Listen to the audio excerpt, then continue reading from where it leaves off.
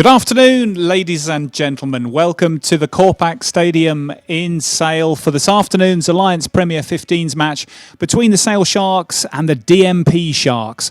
I'm Chris Malaband, and once more we're delighted to be able to bring you full coverage of this afternoon's fixture as the Alliance Premier 15s moves into the final straight of the season, and two teams who've had difficult campaigns come squaring up to each other here at the Corpacq Stadium. Sale Sharks are buoyed from victory in the northeast against the DMP Sharks by 47 points to nil a few weeks ago, but Rob Vickers' side arrive keen to try and address what has been a very challenging season for them. They have certainly worked hard to improve with a very young side in the period since Vickers and assistant Jake Rogers took over at Christmas, and will no doubt be keen to put in a strong performance on an overcast but dry afternoon in South Manchester. Good conditions, you'd think, for running rugby, and so hopefully an entertaining 70 minutes await us at 2 o'clock. We'll be building up between now and then with feedback from the Sale coach Darren Lamond before kick-off, and we'll also hear too from Vicky Irwin, part of the Sale squad, who's not in the 23 today but is involved with community rugby for a living here at Sale Sharks, and we'll be catching up with her very shortly. I've also got Ollie Lathrope with me today, who will be keeping a close eye on social media throughout the afternoon, and also delighted once more to be joined by currently injured Sale scrum half Mari Grieve. Great to have you back, Mari. It's nice to be back.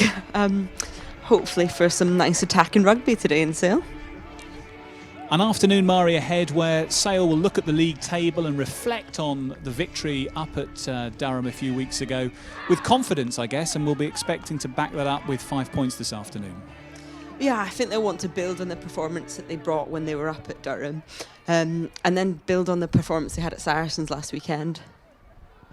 The Saracens game, Mari, clearly was always going to be tough on paper against the team that have been the team to beat really in women's rugby over the last 4 or 5 seasons. Saracens got off to a flying start in that game. It looked like after a few minutes it could be a very long afternoon for Sale, but credit to the girls, it looked a really encouraging performance and great to get over the whitewash 3 times.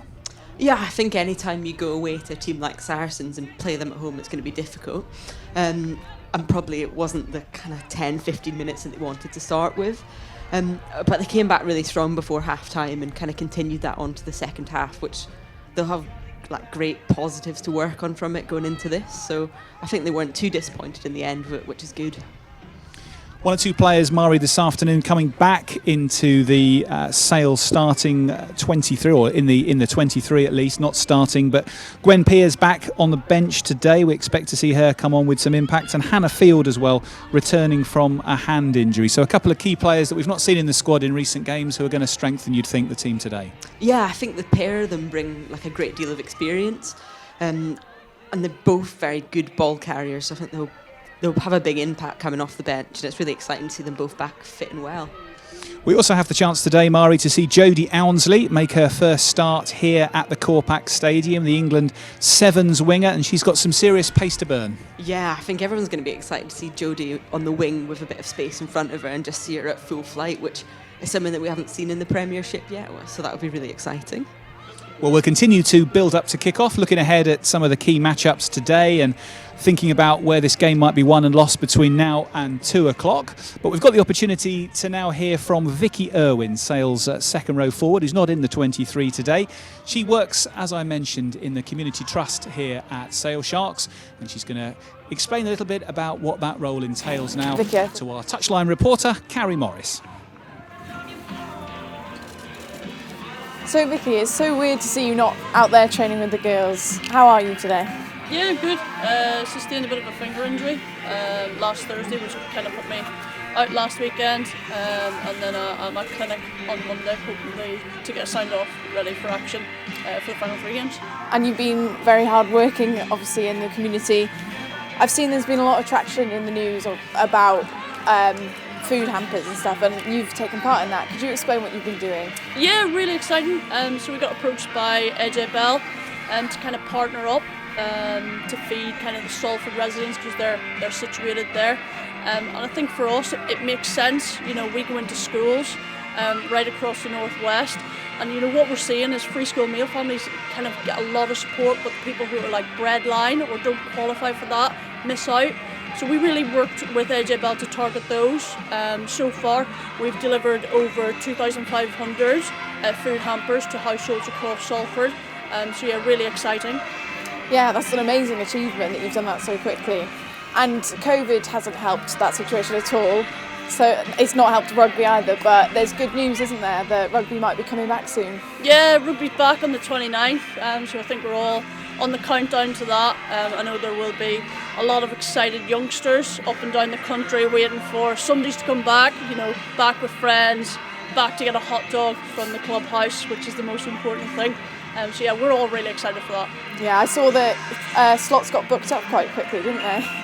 Yeah, so we've got our rugby camps back and pretty much we're sold out over the Easter half term, which just shows, the hunger and appetite to get back to the game. So yeah, we're looking forward to just providing opportunities for young people to get back to normality as such. Yeah, I bet you've been as hungry for that as the kids. Yeah. Well, some may say I'm thankful I'm not on those camps.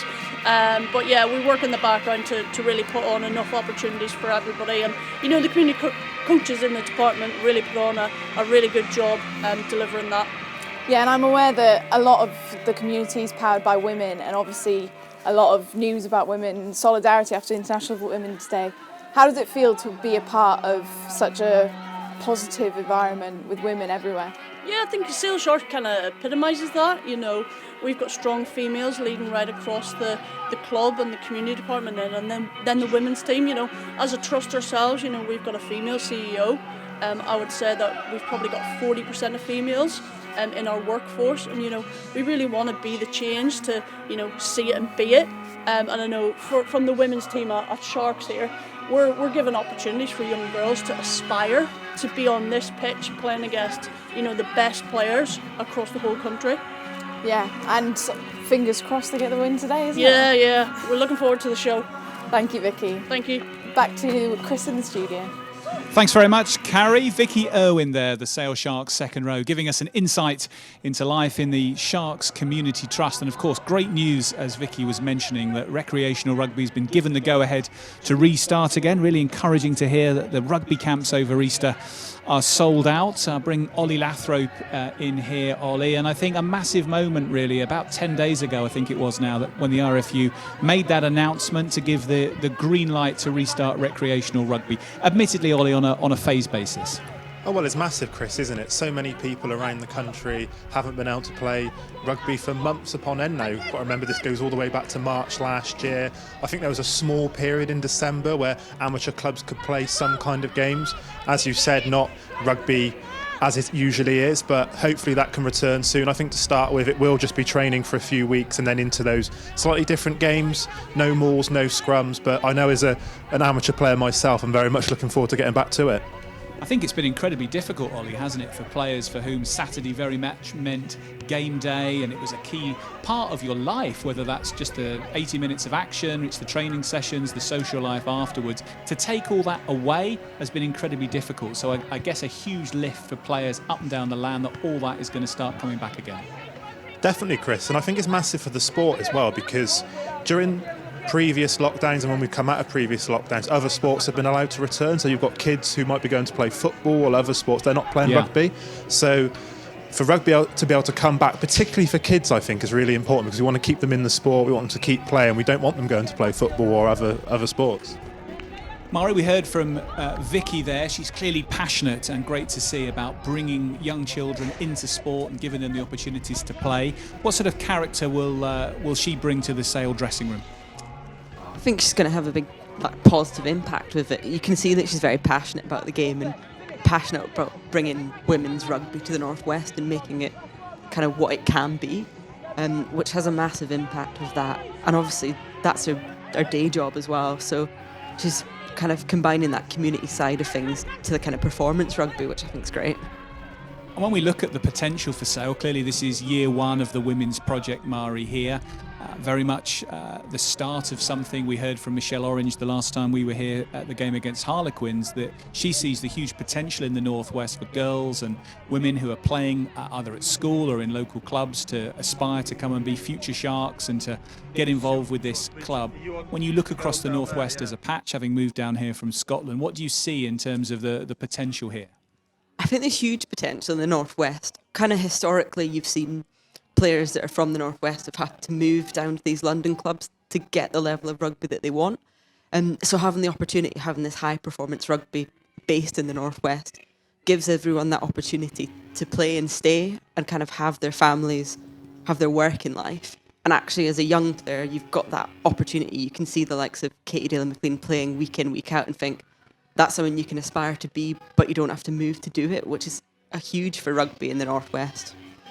Yeah, I think for any sport that's trying to get a foothold, and women's rugby to an extent is still in that place, having players who are prepared to travel is clearly a key part of it. Looking at this DMP side today, Mari, when I was chatting to their coach, Jake Rogers, yesterday about a few of the players, it kind of gave me an insight into the efforts people still go to. Rosie Blout, who's going to play on the right wing today for DMP, drives from Leeds to Durham to train twice a week. That is a fair old schlep.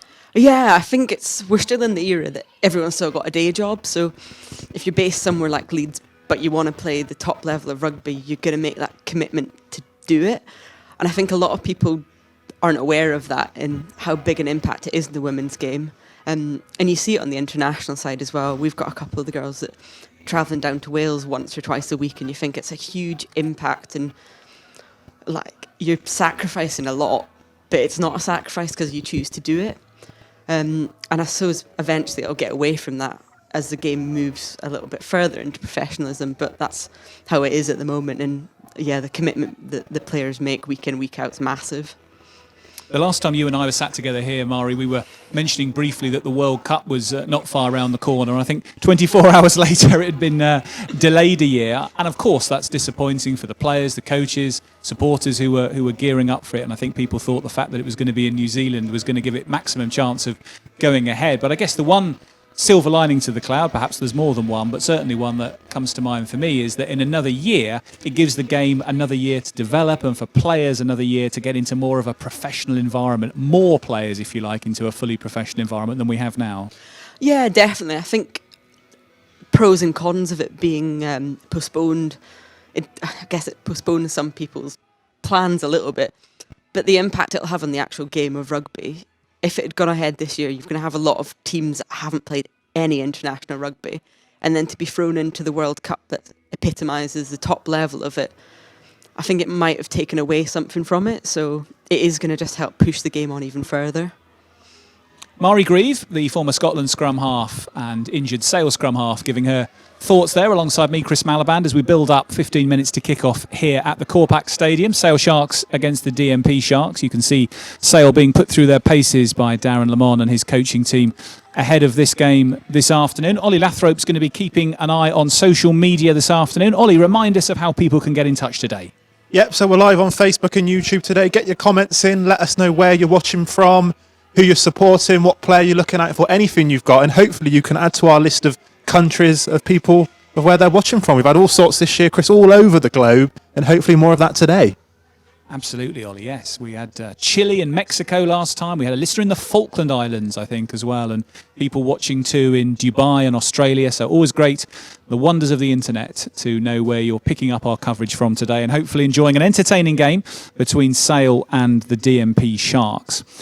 Mari, if we look a little bit further at the two teams this afternoon, let's start with DMP, because clearly we are reasonably familiar with the Sale side. Well, we'll start with Sale. Oh no, we're going to start with DMP. There we go, on the screen. Thank you. So we look at that DMP side on the screen there. 12 of those 15 players are students. So it's a very, very young side. A lot of students in there from Northumbria, Newcastle, Durham and Leeds University. A couple of teachers, and Amy Oro, who works in fire safety, but a very young average age. And I guess, Mari, that's a reflection perhaps of the difficulties that DMP have had on the field this year, is that having a blend of youth and experience and players with a little bit more experience, strength, know-how, mixing in with young talent is perhaps more the formula that generally gets you higher up the table, if you can do it. Yeah, I think that's a big thing for DMP at the moment. They are building, and they have got a very, very young squad, which then comes with it quite a lot of inexperience. And you've probably got a lot of players in this starting 15 that previous to this season might not have played any rugby at this level, which makes it a very sharp learning curve for them all. But I think they are having positive impacts and they are improving with it. I think the new kind of link that they're having with Durham University can only kind of propel that for them going into the next couple of seasons.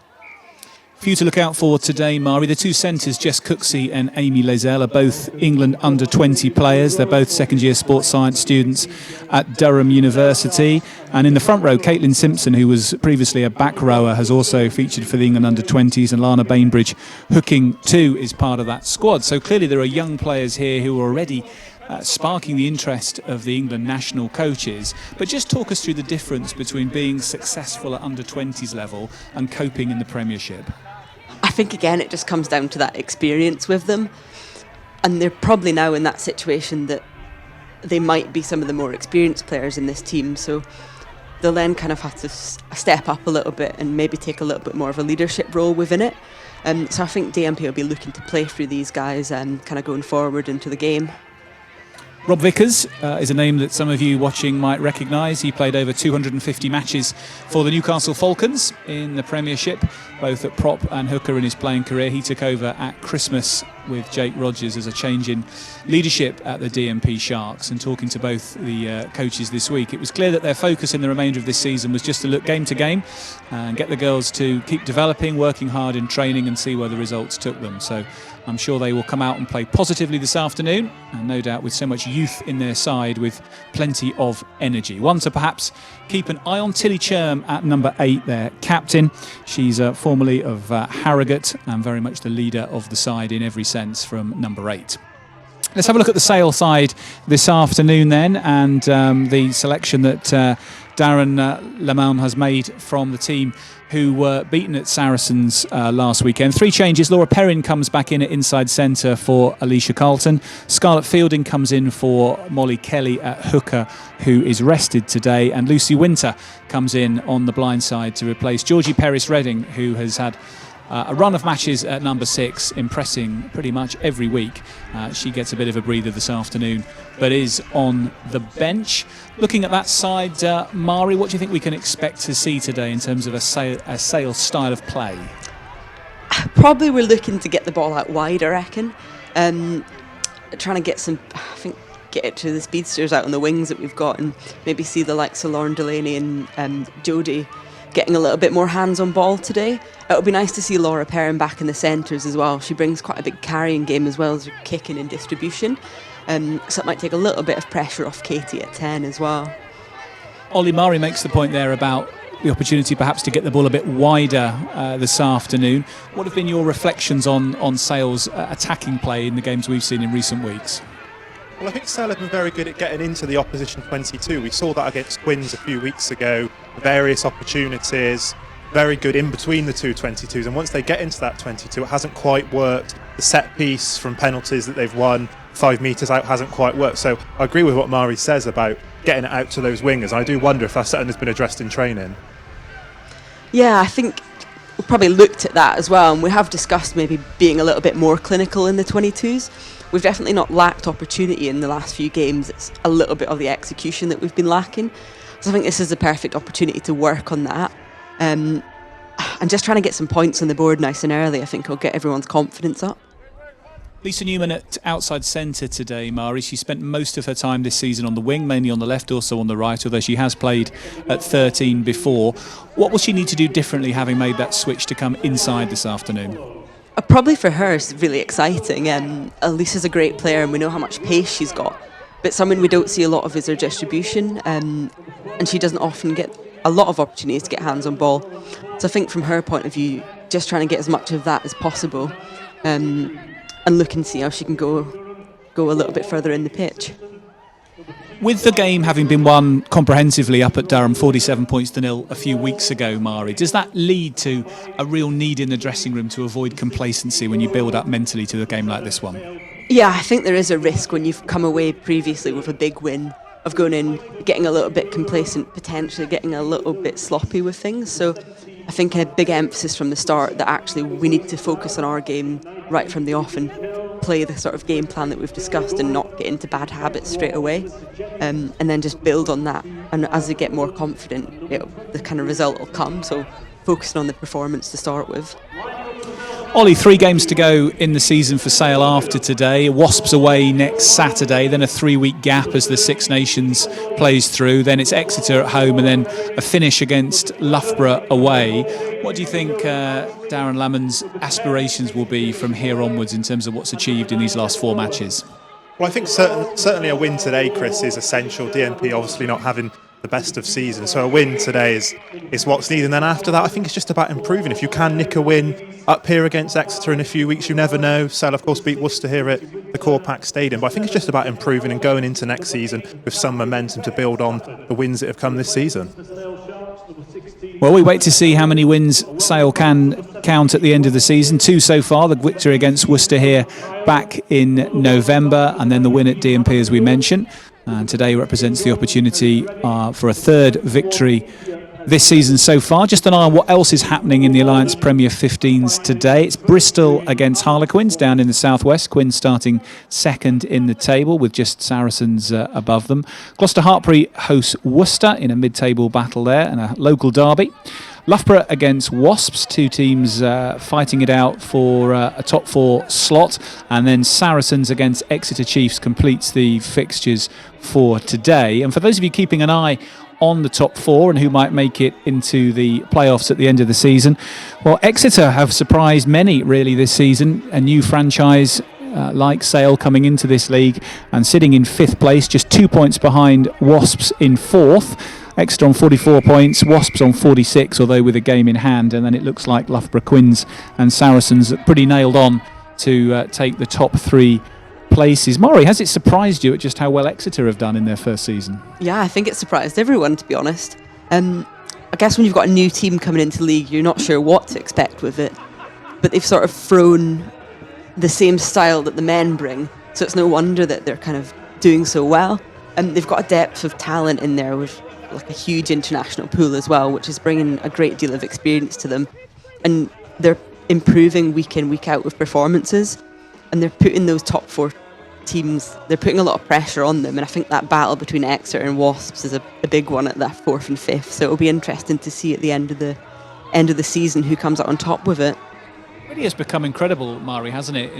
Certainly in men's rugby, and now what we're seeing from Exeter, perhaps breaking the traditional stranglehold of London in women's rugby. Just how strong the southwest is as a region right now. You know, we're seeing obviously in the men's game Exeter, Bristol, Bath, Gloucester, Worcester. You know, it's become very much the sort of epicentre of rugby in the UK, and seemingly Exeter's women are blazing a similar trail in the women's game. Yeah, definitely. I think going down to Sandy Park's not a nice place to be now for a lot of clubs, men and women. So it's exciting, though, take a bit of this kind of strangle of it all from the London teams and take it down there, and hopefully it can spread across the rest of the UK and bring a lot of week in, week out high quality games that are close. The thoughts of Mari Grieve, the Sale Sharks injured scrum half, as you see the Sale players. What are they saying there, Murray? I can never quite hear when teams have a kind of phrase or word that they say to finish a training session, what it is. What's that one? Is it repeatable? Yeah, ours is shark time. Shark time. Okay.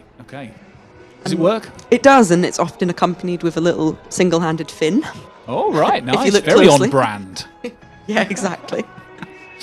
Excellent. Well, we've got 2 sets of Sharks today, the DMP Durham Sharks, of course, and the Sale Sharks. And here we are at Sale FC, as you're seeing on our pictures. This was the original home of Sale Football Club, Rugby Football Club, 1861. And, of course, where Sale played in their formative years in the Premiership before moving out to Edgeley Park, Stockport, and then onwards to the AJ Bell. But still hosts the Swinton Lions Rugby League team, as well as Sale FC. And the Jets, as well as now the Sale Sharks women. So the ground is still in regular use for all sorts of different variations of rugby. And we've got an excellent surface here this afternoon. It's overcast, about 10 degrees, but good conditions for running rugby, you'd think. Ollie Lathrope's just double-checking whether there's any rain in the air. Any rain in the air, Ollie?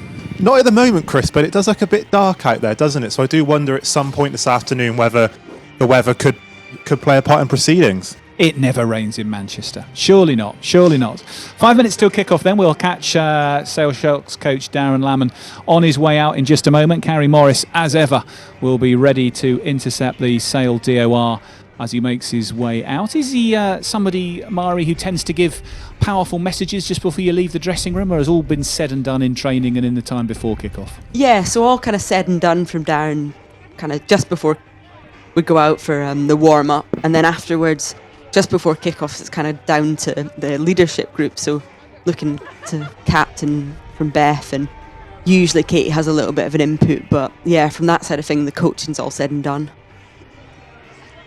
Sale with one more home game, as we mentioned, before the end of their inaugural season in the Alliance Premier 15s. That is against Exeter, who we've just been discussing. It'll be a tough final fixture here at the Corpacq Stadium, and that comes up on Saturday, April the 17th. So stay tuned then to come back to us for more Corpacq Stadium action as Sale close out their first season in the competition. We'll keep you up to date through the afternoon with the scores from the other games, of course. And as we mentioned, please keep in touch with your own messages on social media. Score predictions and any other reflections are always welcome. And I think Ollie Lathrope's already got a few. Yeah, a few messages in already, Chris. Nadine says, hi from Essex, you go girls. David Hotwood, come on South Sharks, go get them. Jody, all the best from Whitby. And Sarah Paris says, come on PR, #Turbo Twins. So some relation to the Paris Reading twins there. I think that's a safe bet. The Turbo Twins. Turbo Twins, Wow. #Turbo Twin. Look at that, the Turbo Twins. Well, they're both on the bench today, Georgie and India. Do they come as a package, Mari? Yeah, they do. I think it'd be an exciting for them both to come on at the same time would be great. Not for us to try and commentate, Mari. That makes life difficult. Yeah, no, it would be trying to find out the numbers on the backs. We can generally follow where they go. India at scrum half, of course. Georgie in the back row, although wasn't always, was she? She was a back in her earlier career, was Georgie? Yeah, I think Georgie's played all across the backs from centre to wing to scrum half, so I think she's found her place. So in the back row, definitely looking at how she's gone this season. DMP Sharks are on the field of play. Rob Vickers' side have made the long journey down this morning. I say a long journey, but it was the nearest thing they've got to a local derby. You should try Exeter if you're setting off from Darlington. So the trip down to Sale this morning, one of the shorter trips that they will make this season, and they are out in their blue and white hoop shirts and dark blue shorts to do some final fitness work and tackle bag action before Sale come and join them in just a moment or so. 35 minutes, of course, each way in the Premier 15s as part of the COVID variations in the laws this season, and you'll see more free kicks than you might expect through some law variations to minimise the amount of times in a scrummage. Have all the girls got their heads around the changes in the rules now? Does it feel like second nature, or is it all still slightly weird? Yeah, I think a lot of it we've got kind of down, I think, knowing there's not really going to be very many scrums, but then occasionally they do crop up and surprise us. Yeah, it took a little bit of getting used to, and I think the free kick options playing into quite a lot of teams' hands, you can do quite a lot from that, and often a bit easier. You know you're going to win the ball rather than sometimes at the set piece. Well, it's been great to have implemented a few minor changes which have enabled this competition to continue and to be a feature for a difficult winter all round. DMP are out and ready. Sale just awaited as we hear a bit of This Is the One from the Stone Roses. Popular Manchester band. Was this the choice of the girls to run out to, Mari? I'm not sure, to be honest. I'm not sure we had much input on it. Well, if Manchester United run out to it, then I suppose Sale Sharks women can probably do so as well. But they're in no hurry this afternoon, it seems. We're just waiting a minute or two for Sale to come and join us. DMP all ready for action. I guess one of the challenges, Mari, as a young side, particularly in a game, will be how you can respond to an early setback. Is that something that you think as a player kind of only comes with time or can be taught a bit?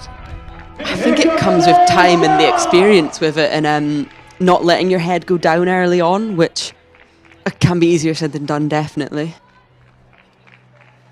Well, DMP are certainly out and ready for action, and you can see now Sale Sharks coming out and doing some last-minute preparations themselves. Both teams going into this little mini training session just before kick-off, Mari. This seems to have become the norm, really, in women's rugby. Yeah, I think just that last kind of primer, getting the shoulders going before the game starts, getting everyone switched on. Our referee this afternoon is Owen Taylor, and he's going to be assisted on the flanks by Nia Parsonage and Kieran Henry. So they are holding the flags this afternoon here at the Corpacq Stadium. The referees in very fetching pink and white shirts this afternoon.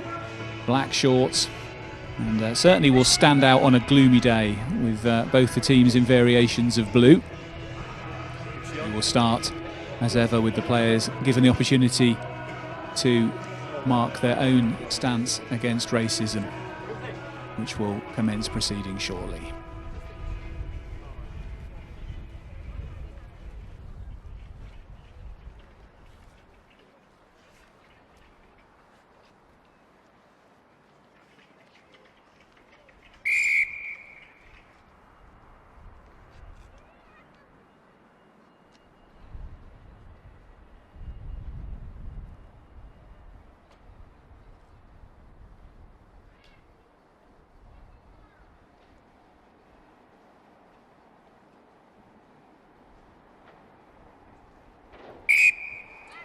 I promised you a quick word with Sale Sharks Director of Rugby, Darren Lamont, and he's with Carrie Morris right now.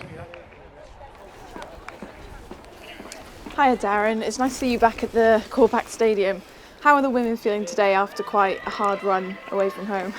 Let's go, Sale Sharks! No, real hard run, but real competitive last week, and they trained brilliant, so loads of buzz, and they're excited about giving it a go. Yeah, and it's good to see that you've got some more experience back on the bench. You've got Hannah Field and Gwen Pearce back. How important will they be when it comes to being back at the squad? Yeah, they'll give the girls a bit of a lift, really. They've got some real good rugby IQ, and again, it works well in training, but hopefully we'll see them in the second half and they'll take it to another level and hopefully get the result over the line for us. Yeah, and now I'll leave you to it. All right, cheers, thank you. Best of luck. Darren Lamont there, giving us his last reflections as this game gets underway with Carrie Morris. And we're in the early stages of proceedings. Early penalty for DMP at the breakdown, and an opportunity for Chloe Broom, their young scrum half, physics student at Durham University, to set DMP moving. Male Picuts there. French-born open side flanker takes that ball up.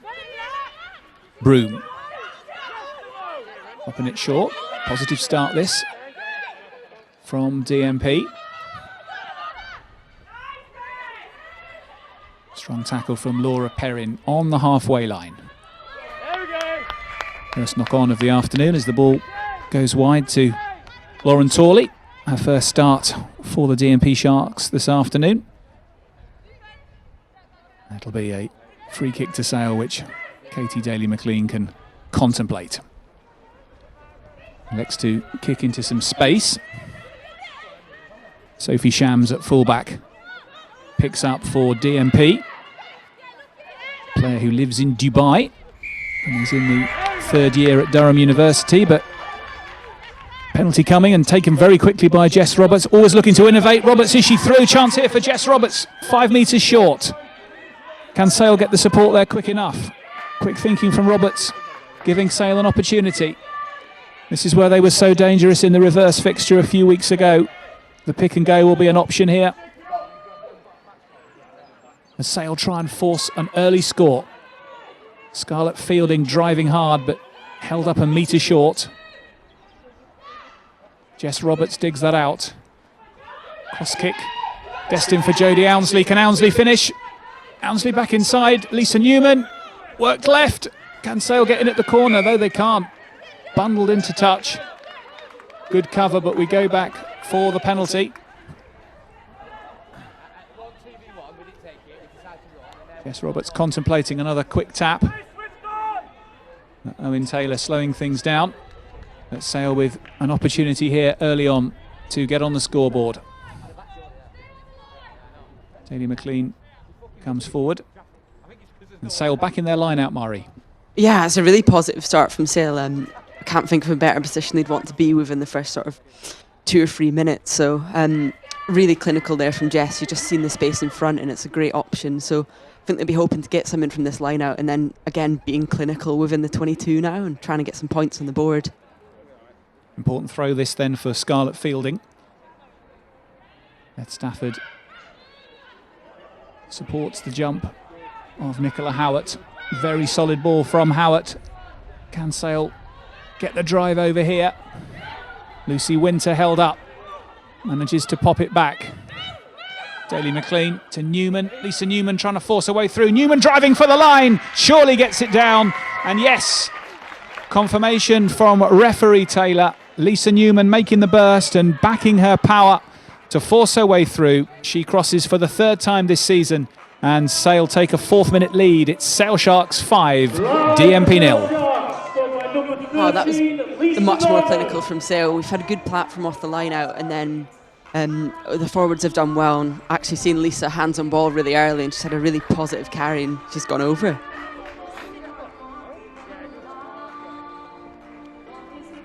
Strong start then for Sale.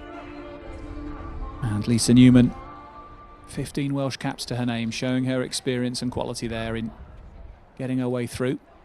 And now an opportunity for Katie Daly-McLean to add the extras.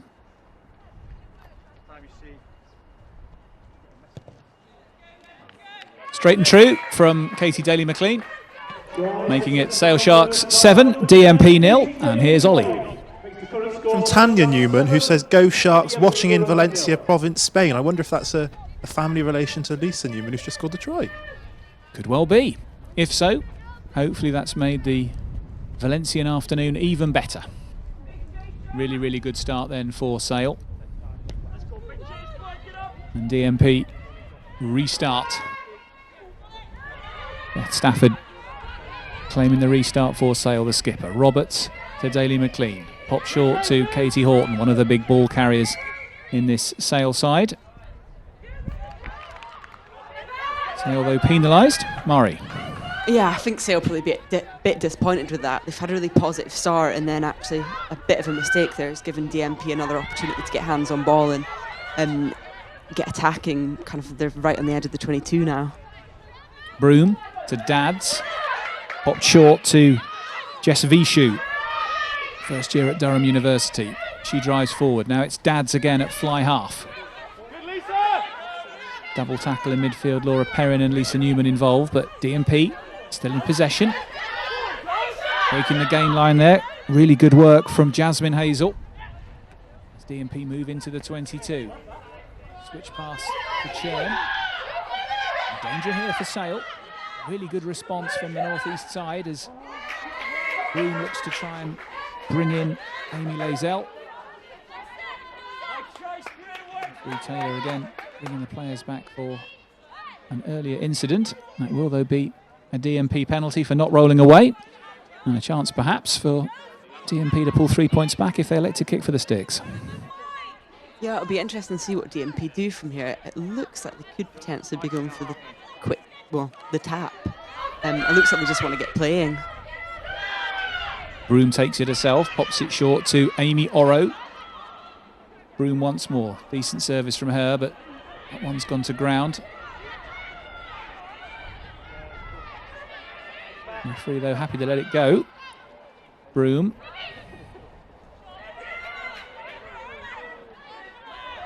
Dad's brought down in midfield. Had a whistling early on from Owen Taylor in conversation with Beth Stafford there. And another DMP penalty. Mari. Yeah, Sale will have to be careful going forward now. There's been quite a few penalties against them, which isn't helping our momentum at all, and it's given DMP the opportunity to get kind of a free play and hands on ball, and they're actually carrying very well. So I think we need to be very careful with it and looking at those one-on-one tackles.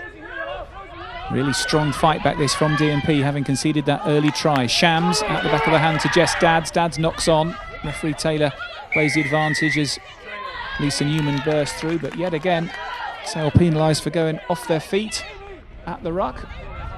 And a string of penalties going the visitors' way, Mari. Yeah, at the moment, I think the penalties are all going against us, and it's given DMP. They've got the opportunity now to get a little bit of territory, but it doesn't look like the ball's gone dead in the end. Yeah, the kick from Amy Lazell not finding touch.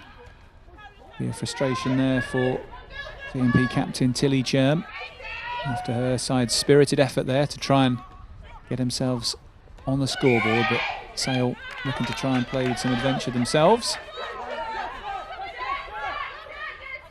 Another error, though, leading to a DMP free kick. It's frenetic stuff in the early stages here, and DMP more than matching Sale in these early encounters, having the better of the territory. Sale, though, it is who've got advantage on the scoreboard after that early try, but yet another penalty conceded at the breakdown. Yeah, there's just been a string of them. I think they're all for the same situation. Sale players off their feet at the breakdown, and it's just given DMP more opportunity. I think going forward from there, Sale need to look to get ball back and just clear our lines and play a bit of territory, because certainly do not want to stay in our own 22 much longer. Well, DMP really making their intent clear in these early stages, turning down a string of penalties which could have been kicked for goal in pursuit of more points. Now a chance for Alana Bainbridge to throw into the line out. It's a little bit messy, but it goes right to the back, and Brogan Churm can try and maintain momentum. DMP continue to knock on the Sale door. Can they find a way through? Broom digs out the bottom of the ruck. Nice interchange there to try and send Jess Vishu through. Sale having to work hard defensively here to keep DMP out. The ball popped back inside to Tilly Churm. It looked like it was opening up for the number 8. But crossing the adjudication, and Sale get the relief of a free kick. Yeah, I think certainly from here we just need to look to clear our lines and gain a bit of territory. And kind of the way DMP want to play, they want to keep everything quite tight. They've got big ball carriers, and we're kind of playing into their hands with that at the moment. Decent clearance kick from Katie Daly-McLean gives everyone a breather as we hit the 10-minute mark here at the Corpacq Stadium. Mari Grieve, the former Scottish scrum half and injured scale scrum half, alongside myself, Chris Malaband, as we bring you the pictures from Sale's penultimate home match in the Alliance Premier 15s this season. Line out to DMP. It's captured by Churm. Broom to Dads, the outside half. Lack of pace on the ball doesn't give Amy Lazelle huge amounts to work with, but DMP maintaining possession. Teleri Wynne-Davis scrapping hard on the floor. One of the DMP players on the wrong side there. Pointed out by the referee, and Sale through Daly-McLean have the chance to clear. Good charge down though from Jasmine Hazel for DMP, and they've really come out with positive spirit, the northeast side. But Sale do get a penalty, and there goes Jess Roberts, ever inventive, always looking for the quick tap, suddenly making big yardage gains, taking play up to the 22. Daly-McLean drops in as scrum half, finds Scarlett Fielding. Now Lauren Delaney with a chance to run. Try scorer last weekend, Delaney. Roberts to Howard. Sale inside DMP territory again. Can they take advantage? Newman the try scorer. Now Jess Wooden. Wooden to Allensley. Jody Allensley cutting back inside, the England Sevens winger. Roberts. Beth Stafford continuing the move. Sale 10 metres short. Roberts. Daly-McLean. Nice ball back inside to Perrin. Back to Daly-McLean. Up against her former club this afternoon, Katie Daly-McLean. But the penalty goes against her at the breakdown. Great work from Sophie Shams in stemming the attack. And Daly-McLean penalised for holding on. And DMP will have the chance to clear. I think that was a great attacking play from Sale there. They've shown quite a lot of creativity and things, and we've just been, unfortunately, I think Katie's got isolated and it's let DMP off and give them an opportunity to clear their lines a bit.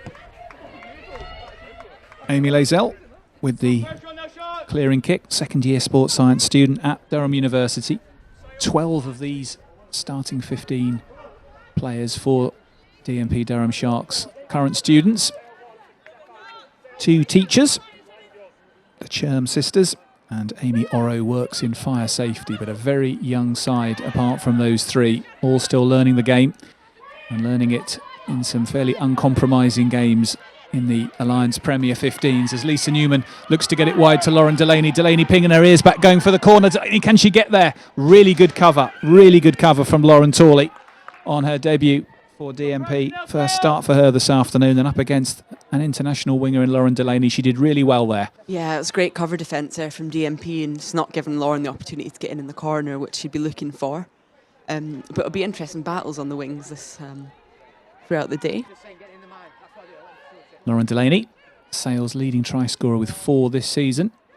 And a tremendous score against Saracens. Chip and chase last week.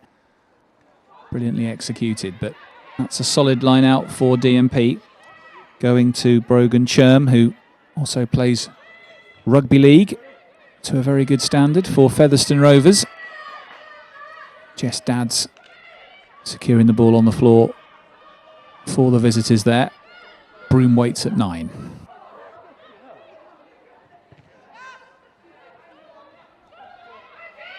Plenty of height on the clearance, but not finding touch. Chance for Sale to potentially build again inside DMP territory. Abu Mazouk steps in at scrum half. Daly McLean's long pass to Lucy Winter. Winter backs herself to try and force her way through a gap. Roberts. Daly McLean. Pair into Wooden. Now Allensley. Jody Allensley getting plenty of touches of the ball in these opening minutes. Roberts to Daly McLean. Half intercepted. Was it knocked on? Owen Taylor giving the advantage to Sale. Daly McLean's chip through. Aimed at Allensley. But back we go for offside. And that will give Sale a penalty and the opportunity perhaps for Daly McLean to probe for the corner. Yeah, I think Katie might be looking to go to the corner, but... Oh no, it looks like it's a DMP penalty. I'm not sure what this one's for. Potentially offside, I wonder. Yeah, the offside was the signal that the referee gave. Oh dear, there's a miss kick from Cooksey. Went straight to the hands of Katie Horton, I think it was, and Terry Wynne-Davies can carry that forward. So DMP lose the opportunity of giving themselves a little bit of respite. Daly McLean to Nicola Howard. And the knock-on goes in DMP's favour. A match that's so frenetic at the moment, Mari, it's rather littered with mistakes. Yeah, it's been messy from both sides, really, and we're not getting a lot of rugby played. We're struggling to get past a few phases, so I think both teams just need to settle things down and look to go through the hands and maybe try and take away some of the frantic that we're seeing at the moment. We've got a bit of a break in play, a chance for both teams to have a conversation and reflect on how it's been going. Chloe Broom getting some attention. Ollie Lathrope has got the latest on social media. Ollie. Yeah, Chris, loads and loads of people getting in touch on the stream today. Dan on YouTube says, Sale Sharks are going to win. It's a shame there's still no fans in the stadium, though. Can't agree with you more there, Dan. Hopefully get you all back next season. Martin Barringer says, come on, Sharks. Rakopi Oka says, hello from Japan. Ruth Morris, come on, Sharks. Sean Martin, hello from South Africa. Let's go, Sharks.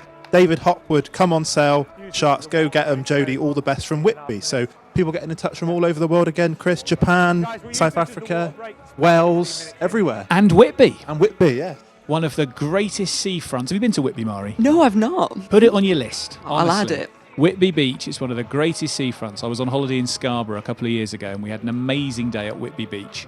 One of the best fish and chips I've ever had at Whitby Beach. It's a glorious place on a nice day. So greetings to all listening in Whitby, and great to have some support for Jody Allensley, who's making her first start at home this afternoon.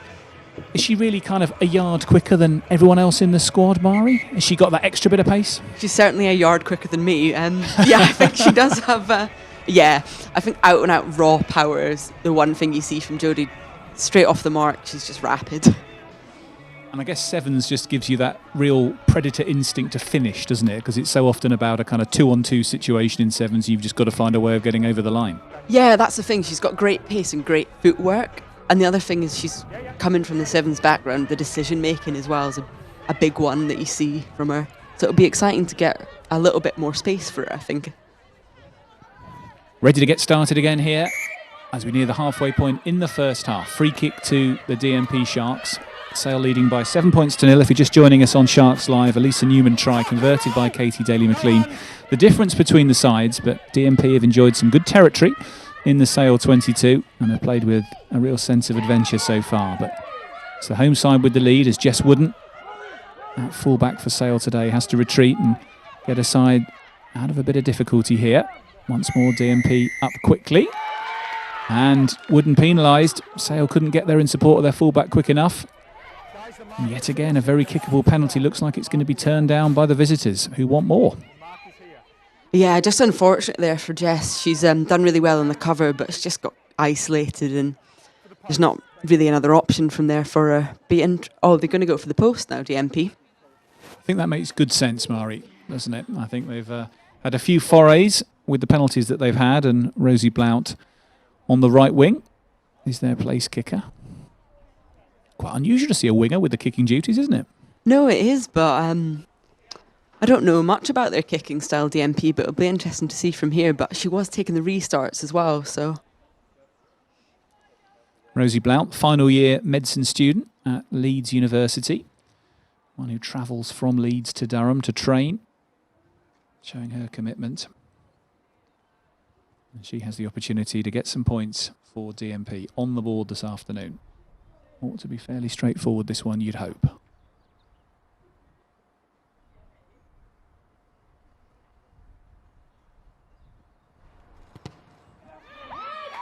Good connection. And there it goes, bouncing gloriously off a car windscreen, but through the posts, most importantly. Rosie Blout reduces Sale's lead to 7 points to 3 with that penalty in the 19th minute. And Mari, I think that's more than absolutely what DMP deserve.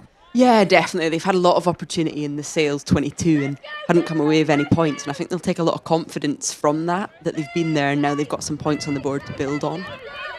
Ellie McLean with the restart. Jody Allensley well forward trying to chase that, but really good work from Caitlin Simpson in gathering that. The loose head prop, and DMP in possession again.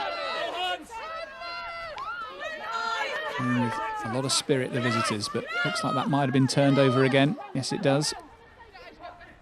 Lisa Newman doing the work there. Aisha Abu-Mazouk colliding hard with our opposite prop, Brogan Churm, but Sale maintaining possession through Tulare Wynne Davis. Katie Horton, assistant head teacher by day, rugby player by Saturday, drives on. Roberts, Daly McLean, nice ball back inside, it goes Laura Perrin. Good run from Perrin and Stafford couldn't hold on. Really nice burst from Laura Perrin as she slipped the net, but Beth Stafford couldn't continue the good work of her inside centre. And DMP back in possession again as referee Taylor plays the advantage. Once more, plenty of intent from Alana Bainbridge, their England under-20s hooker. Jess Dadds with a little chip over the top, fielded by Wooden, who has support from Allensley.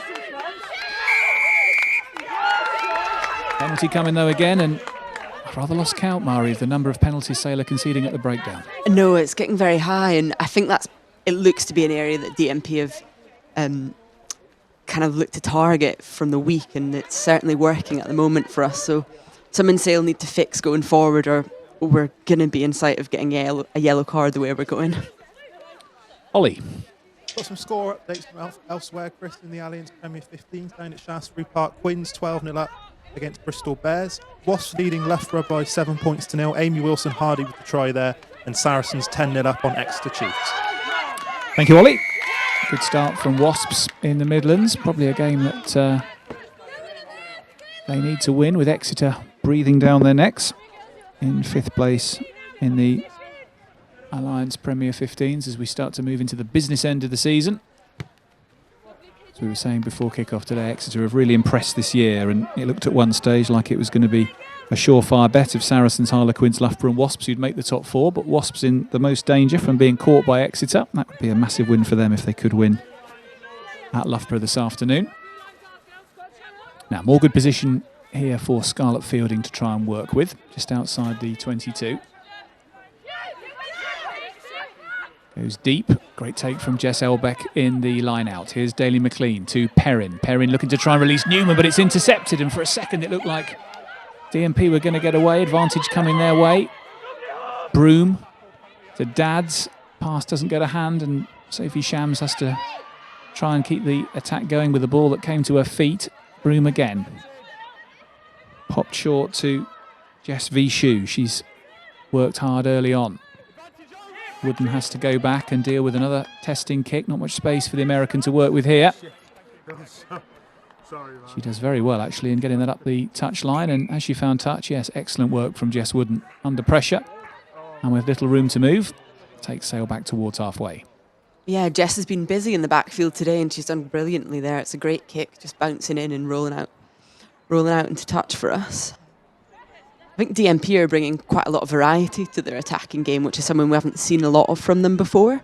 This kicking game isn't something that they often do, so it's putting Sale on their toes a bit.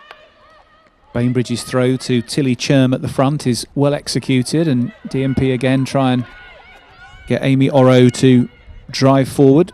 One of the few in this side not in full-time education.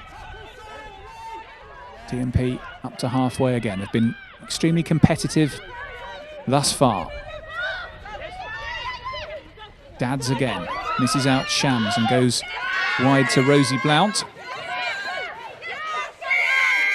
So working hard at the breakdown, but once again, a shrill blast from referee Owen Taylor. We haven't had too many long passages of play, Mari, have we? It generally hasn't been long before we've heard from the referee. Yeah, there's been a lot of either penalties being given away or handling errors, so we're seeing a lot of stoppages in play and we're not getting many phases. I think both teams are quite frantic with it and it's not really playing into anyone's favour at the moment. Chloe Broom with the restart. Works it left. Oro. Bringing in Caitlin Simpson. Durham Sharks just running out of room there. Bit of a collision involving Laura Perrin. Everybody good to see safely up from that. But the ambition is clear from the DMP Sharks, Mari, isn't it? They're keen to get ball in hand, interchange forward and backs and try and get as much forward momentum as they can get. Yeah, they've come out hard in their attacking and they're looking to, I think, carry short initially and then they're trying to get it out wide and they're being ambitious with the way that they're playing, which I guess is how they want to come out and kind of rattle Sharks to start with. Overthrown from Scarlett Fielding, it went beyond Jess Elbeck and there's a chance here for DMP to pick up on the scraps. In goes Jess Dadds, about 15 metres short. Broom. On goes Jasmine Hazel. Hazel fighting hard with Katie Daly-McLean at the breakdown. A little bit scrappy again. DMP going to hang on to this. Larry Wynne Davis working hard in there as well, but at the end of the ruck and the counter ruck, it's DMP who come up with it. Shams spills that under pressure from Abu Mazouk. And Abu Mazouk manages to pick up the loose ball. Jess Roberts can try and settle things down a little bit. Fielding, Daly-McLean. Now Beth Stafford. Stafford gets it away to Lauren Delaney. Chance for Delaney to make some field position. There goes Lauren Delaney. She's backing herself for the corner. Delaney, can she get through? Excellent cover again on Lauren Delaney when it looked for a minute like she might be able to escape. And penalised for holding on at the tackle. Sale couldn't get the support to her quick enough. And once more, when it looked like Lauren Delaney might have the opportunity to get in at the corner, very strong DMP defence. Firmly closes the door. And a chance for the visitors to clear. Murray. They've done great on the cover defence there. For everyone involved, it looked like Lauren was going to be in the corner, but great effort from the two of them coming in, and then someone's just been quick over the ball, and there's no Sale support in sight, unfortunately. Nia Parsonage running touch, you can see there with her flag up. One of a number of female officials. Great to see so many now in both the men's and female version of the game. Claire Hodnett and Sarah Cox amongst two that have blazed the trail in the men's game, and Nia, one of the prominent officials in the Alliance Premier 15s. Joy Neville as well, of course, has been heavily involved in the Six Nations in TMO duties. Yeah, there was a very exciting one. Holly Davidson and Joy Neville were combining on last night in the Pro 14. Well, Jess Elbeck is going to have a bit of a sit down for 10 minutes. Yellow card for the open side flanker. And that's going to give DMP the opportunity perhaps to sense an opportunity here. As Amy Oro, their wing forward, gives that a good old thump and takes DMP up to halfway. I think that's just a cumulative of team penalties, unfortunately. And yeah. Jess will be bitterly disappointed to have 10 minutes in the bin. Yeah, I think that's the way it can go. We've seen that, haven't we, a couple of times in recent weeks, Mari, where it's not so much the particular player who has repeatedly transgressed, it's more just the straw that broke the camel's back in the referee's eyes. So Jess Elbeck has to take one for the team there as Lucy Winter gets to grips with Brogan Churm as DMP continue to impress in this first half. Chance for Cooksey to try and link play from outside centre. Here's Sophie Shams. Broom.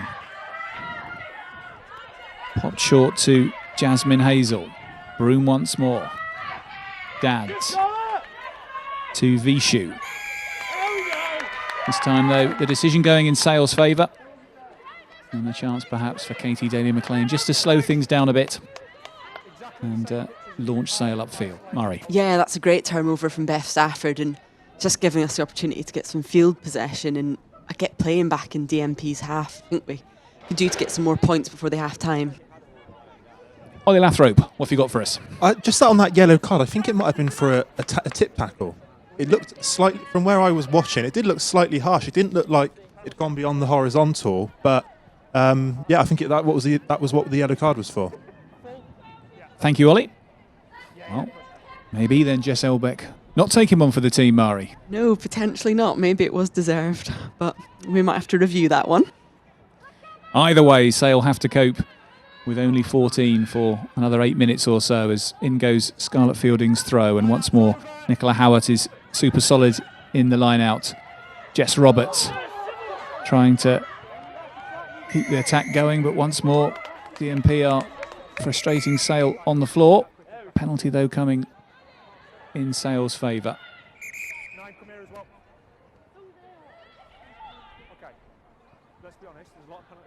Conversation between referee Taylor and Beth Stafford and Jess Roberts about players not rolling away. That's the second time it's the second time I spoke to you.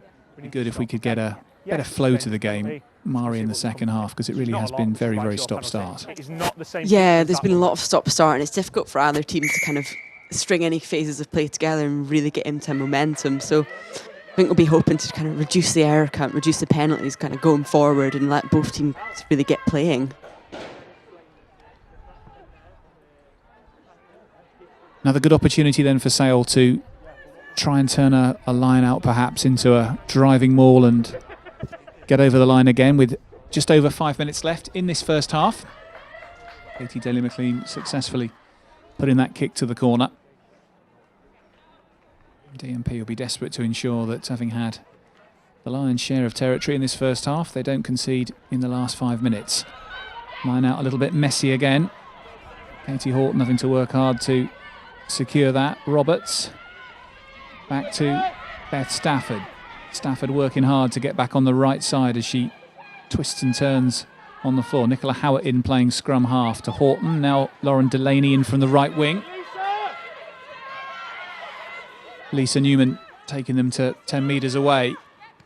Perrin's little chip over the top. Laura Perrin trying to repeat what she managed to do earlier in the season at Gloucester Hartpury. This time, though, Perrin can't chase her own kick. It will, though, be a 5-metre scrum.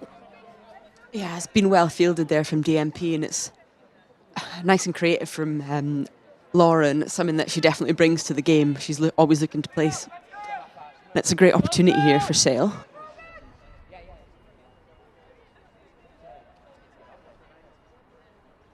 Now then, what can the Sale scrum do? The first of the game in the 31st minute. Okay, let's balance then. Balance both sides, please. It looks like Laura Perrin's on the flank as well in this scrum.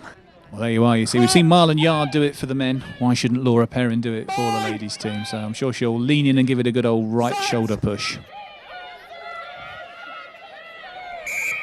Straight out the tunnel, Referee Taylor not happy. Straight out the tunnel. Looks like we're going to have a reset here.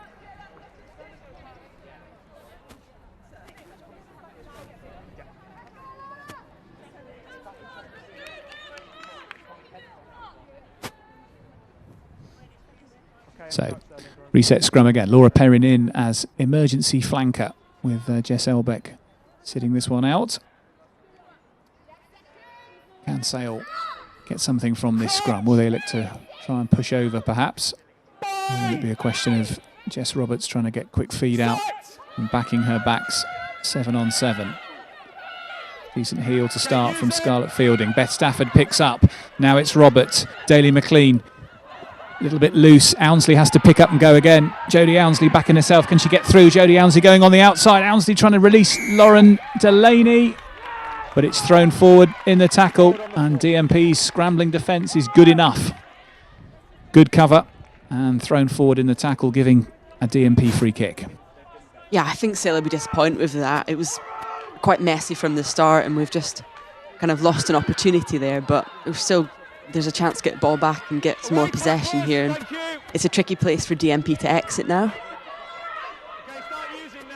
Broom digs that one out. Dads.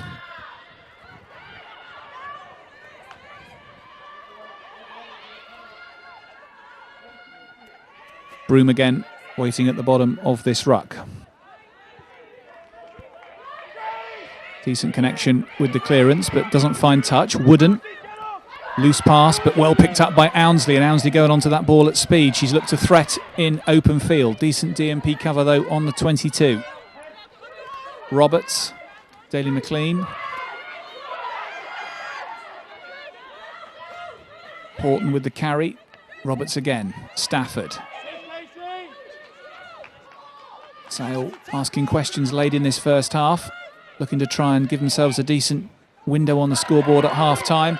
Wide it goes to Allensley. Allensley, though, well brought down by Rosie Blout, who's defended well at right wing in this first half. Sale, though, finishing the stronger. Stafford trying to find her way through. We'll need to try and get that ball to ground and ensure it can be recycled. She does just that. Roberts, Daly McLean fielding, taking the ball at pace. Good tackle from Tilly Churm. Roberts thinks about going herself. Roberts reaches for the line. Does she get there? No. Knocked on as Roberts reached for the line. Looked for a moment like Jess Roberts might have got there. Yeah, it did look as though she was in, but I'm not sure. I think they're worried about the grounding a bit, are they, and they're knocking it on. Nope. Looks like the try's been given. Owen Taylor, in conversation with Kieran Henry, eventually gives the score, while Jess Roberts making one of her familiar darts for the line. She had to have a second go at it, and DMP thought they might have stopped her. But after consultation with his assistant referee, Owen Taylor, happy enough with the grounding. And that takes the Sale lead out to 12 points to 3 in the final seconds of this first half. I think Sale will be happy with that, getting some more points on the board before half-time and give them a bit of momentum to kick into the second half. A bit harsh, perhaps, on DMP on the scoreboard after they'd done so many things well in this first half. Had a lot of decent territory, but Sale have been the more clinical in the red zone. Daly McLean has the chance now to extend the lead.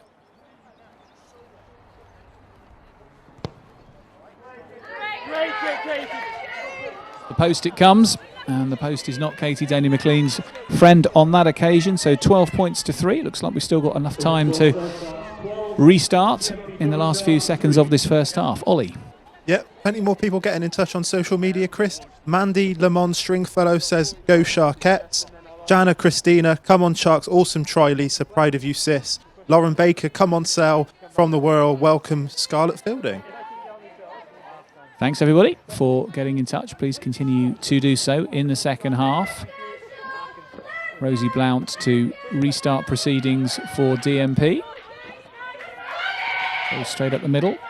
Lisa Newman picks up, and now is a chance for Lisa Newman to get away here. Newman striding through open field. Great break from Lisa Newman, and suddenly from nowhere Sale have an opportunity to further extend their lead in the final seconds of this half, but that pass out of the grip of Lauren Delaney. And will that be the cessation of proceedings for the first half? No. Owen Taylor happy to let that go a bit, but Lisa Newman once more though, Mari, showing her pace. Yeah, that's a great individual effort from Lisa. It just shows her pace and actually how powerful she is in the contact. She's broke through a number of tackles there, and it's just unfortunate we haven't been able to finish it towards the end. Loose pass from Tilly Churm, and Allensley's picked it up. Here goes Lisa Newman again, and Sale finishing this half strongly, but very good tackle from Rosie Blout. Does enough to disturb the pass from Newman. Roberts, Abu Mazouk to Horton. Katie Horton driving up towards halfway. Roberts to Daly McLean. Daly McLean with the cross kick. Lauren Delaney, the intended recipient. She manages to take it. Can she get there? Sophie Shams with the cover. Fielding, pops it back. Beth Stafford there too. Sale 5 metres short. DMP under pressure. held up though over the line. Referee Owen Taylor having a good look at that with Nia Parsonage, his assistant. But it will be a 5-metre scrum as Jess Elbeck returns from her 10 minutes on the sidelines. Yeah, it's great cover and scramble defence there from DMP. I think Scarlett's been really unlucky not to get it down in the corner, but I think the great attacking platform that Sale have got from that kick-off, and they'll be looking to get another score on the board before we go in at half-time and just really get the confidence up going into the second half.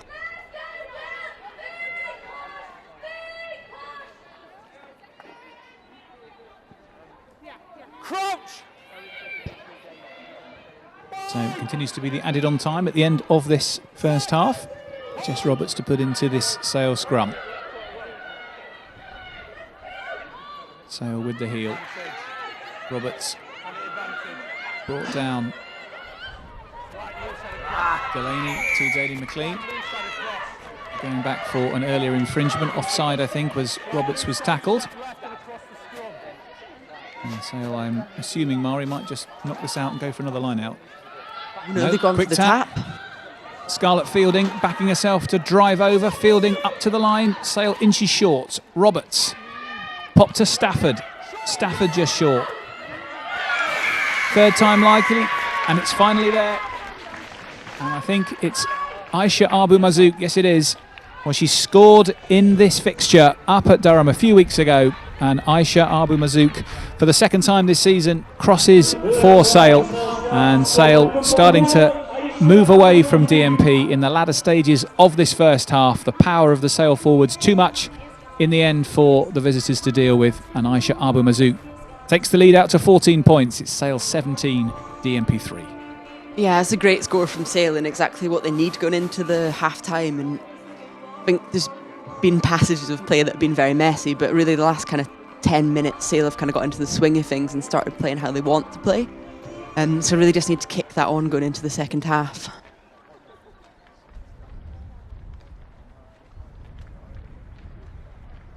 I'm not entirely sure where all this extra time has come from at the end of this first half, because we hit 35 minutes a good 3 minutes ago.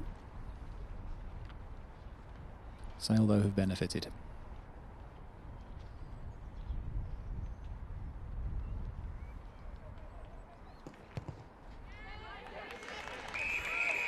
Conversion is successful from Katie Daly-McLean, and that takes us to half-time. Sale 19, DMP 3. Lisa Newman, Jess Roberts and Aisha Abu Mazouk with the tries. Two of them converted by Katie Daly-McLean, and for DMP, a Rosie Blout penalty halfway through the first half. Perhaps rather underscores their efforts after a very gutsy performance from the team from the northeast, who had the better of the territory, certainly for the middle period of that first half. Mari, how would you sum up the opening 35? I think DMP have come out with great intent, and they've actually had a lot of attacking phases. I think they've been unlucky not to get more on the board. Probably from Sale's point of view, they came out really strong. We've got that early score on the board, and then just at times kind of lost our shape a little bit. But the last 10 minutes have been really positive from a Sale perspective, and starting to play the attacking shape that we want to play, and we're seeing these strong ball carriers, and it's paying off, and we've getting these extra points on the board, and the confidence will be high for the second half. From a DMP perspective, Mari, though, they've played with a real spirit in that first half. They've had a number of forays in the Sale 22. As a game, it's almost slightly reminded me of the game against Harlequins here a few weeks ago, where the DMP performance has almost mirrored how Sale played that day, and Sale have been the Harlequins. It's kind of been that clinical, taking the points when you've been at the other end, that Sale have managed to do today that Quins did to Sale a few weeks ago. Yeah, I was actually just thinking the exact same. We've seen DMP have had a lot of possession within the Sale 22, and they've just been unfortunate not to come away with the points, and maybe that clinical aspect of things that we're not seeing. And on the flip side, we've seen Sale have actually had not a great deal of possession, but the opportunities that they've had, they've come away and taken the points, which is the main thing that Sale really needed to work on. Well, 3 tries for Sale, so the extra bonus point is within view. Only one occasion previously this season that Sale have picked up the try bonus point, which was in this fixture up at Durham University a few weeks ago, but Sale closing in on that. Lisa Newman with the opening try in the 4th minute. converted by Katie Daly-McLean. And then just before half-time, after DMP had had the better of a good chunk of that first half, Jess Roberts wriggling her way over before Aisha Abu Mazouk powered her way through just before half-time. So 19 points to 3 here. We'll be back in action in a few minutes' time, but during half-time we have got the opportunity to catch up with a further member of the Sale Sharks coaching team, who is downstairs with Carrie Morris now. Hi, how was that first half? I think it was a different one. I definitely think that DMP have come with a decent game plan, disrupted the rucks, looked to play the tips and looked to stab back inside to get our offset in the defence. But it's been a good challenge. We could have taken more chances, and we'll know that. But again, it's about us resetting, looking to push on now and alleviate some of the worries that we've had in that first half. Were you surprised at all at how challenging DMP have been? No, I think we expected it. We know they've got a good coaching staff who've been working hard with them over the last week. We knew that the first game wasn't going to be a reflection of the second game, so it was about us knowing that we were going to do that and how we have the plan B, C, D and E. And an early try for Sale, how did that set up the rest of the game for them? I think it set us well. I think sometimes you can have two ways with players, that it can sometimes set you up and propel you into better scorelines, but also for us, we seem to have been a bit complacent in that, and we've allowed some silly penalties, and we've definitely not been executing as well as we want to do in this first half. What do you think that those penalties were down to? I think it's just being a bit more eager to get around the ruck. We want to get the ball in hand. We want to give ourselves opportunities, and sometimes that can lead us to a bit of over aggression in areas and giving them silly penalties away. Yeah, and of course you got the early try, but you also got those 2 late tries. How will that set up the second half? Well, hopefully it'll spur us on.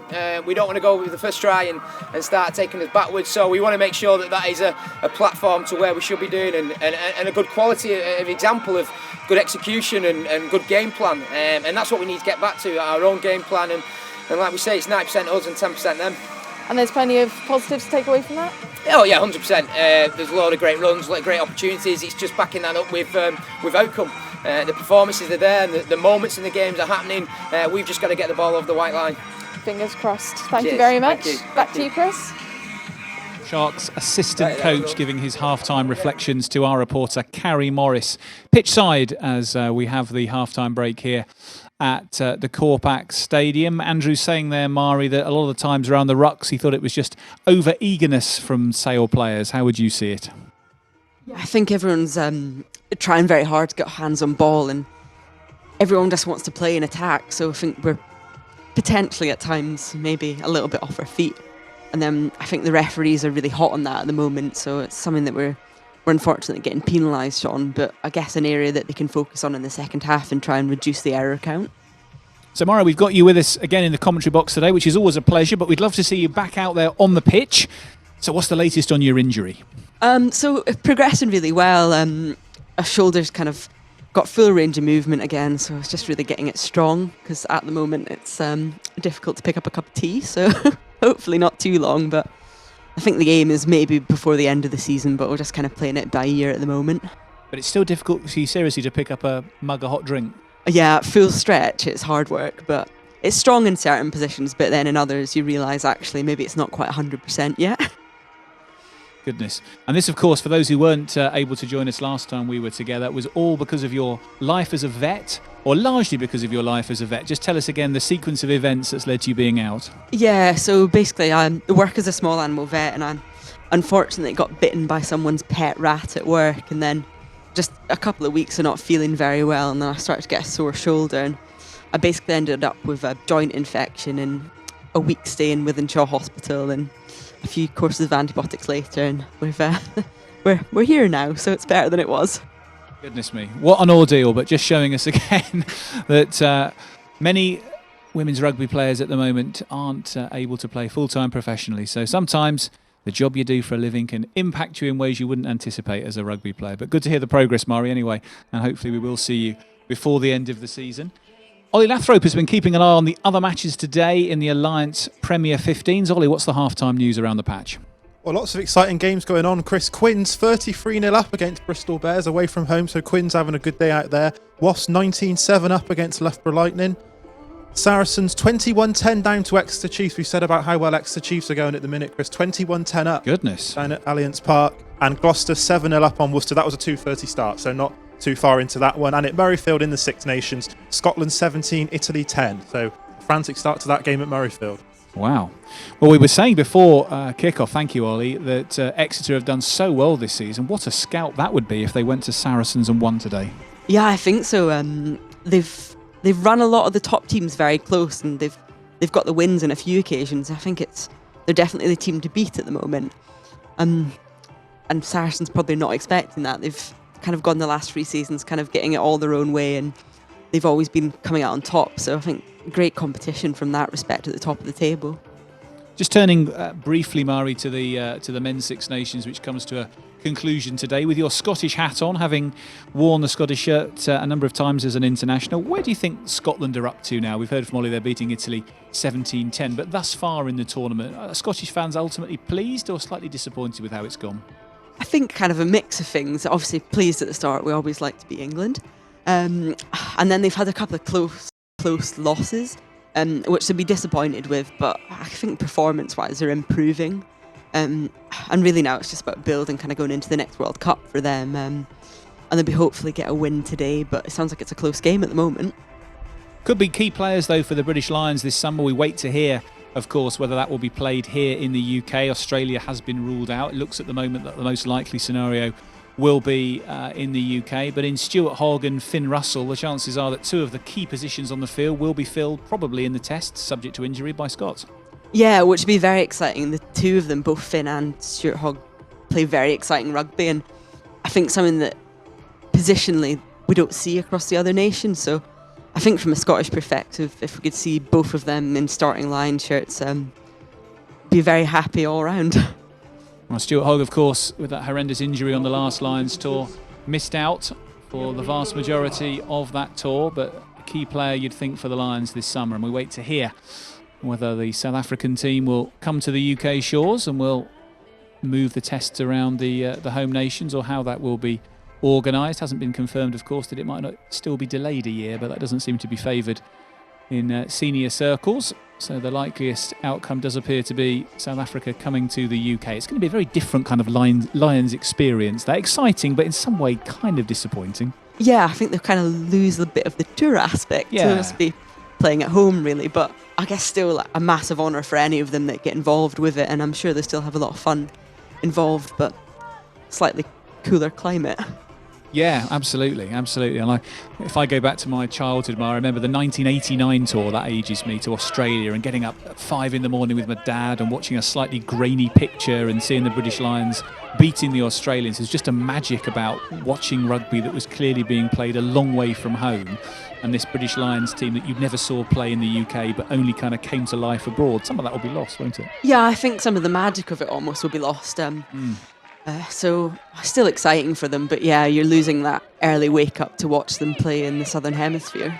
That's right, and the Loftus Versfeld and all the grounds in South Africa, which are such cauldrons to play at, will obviously be very different when it becomes the Principality Stadium or Twickenham or whichever grounds are used here, if of course it does happen in the UK. But it'll be good to just see the series happen.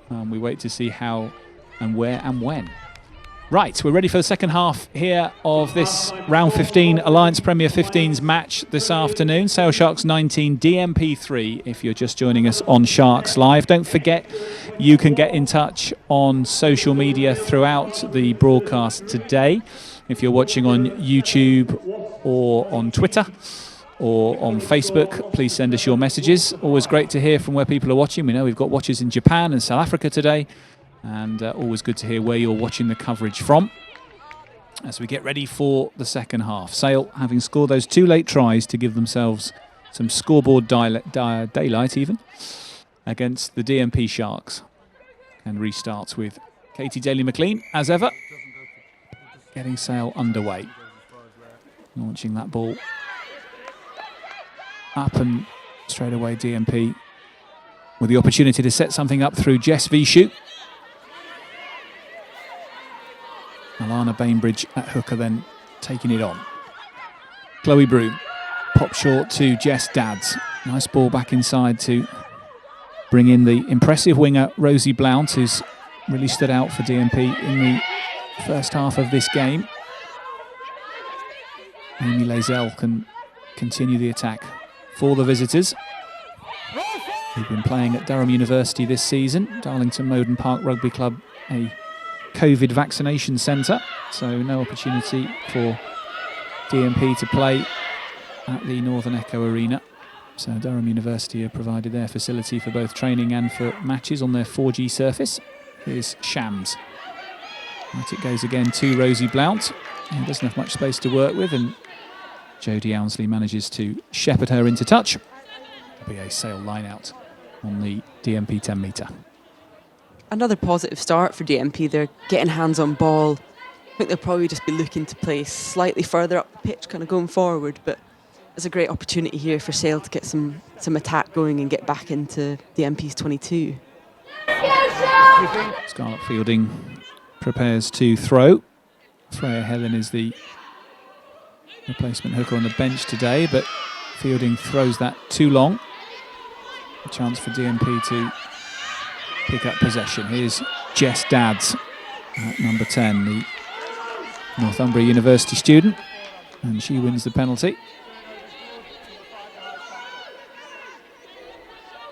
Yeah, I've just been unfortunate there. It looks a bit of a high tackle, and it's given DMP the opportunity now to kick it up the pitch a little bit and get playing again. Again, Amy Oro given the duties to move DMP forward. Oro, a very proficient footballer and cricketer, as well as being a talented rugby player, just back into the side from a recent knee injury. And, offering a kicking option as well to DMP. Here's Bainbridge then with the throw. Taken at the back by Mael Picut, the open side flanker. Dadds finds Amy Lazell in midfield. Oro in support to drive Lazell forward. Chloe Broom. Now Cooksey trying to get away. Caitlin Simpson, the loosehead prop, appearing on the left wing, but DMP putting some phases together here. Lost in the tackle though, and a chance for Sale to turn the ball over. Roberts to Lucy Winter. Winter in possession on halfway. Roberts back to Daly McLean. Kick over the top. Chance for Lauren Delaney to chase after this one and put pressure on Lauren Torley. Torley running it out of defence. Doing well, but then smashed to the ground by Aisha Abu Mazouk.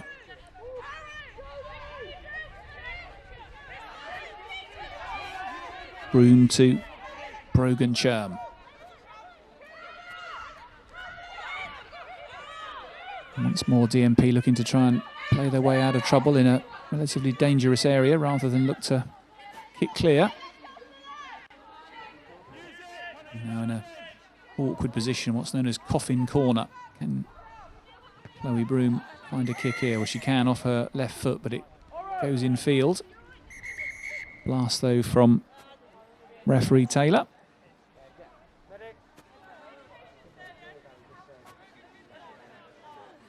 Stoppage in play here for an injury to Nicola Howard. Looks in a bit of pain, Mari. Yeah, no, Nicola definitely doesn't look very comfortable there.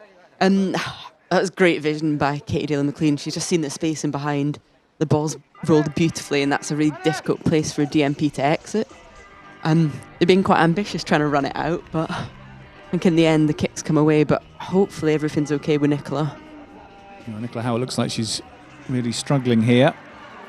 I'm guessing this might mean Hannah Field or Georgie Perris-Redding are introduced here. No Vicky Irwin on the bench today for Sale, so no like-for-like second row. No, it'll be interesting to see who's going to come on and go in the second row, whether we'll have a shift of... I think Lucy Winters played a little bit in there, so whether she'll shift in and maybe Hannah will go on the flank, but it looks like Hannah Field's coming on now.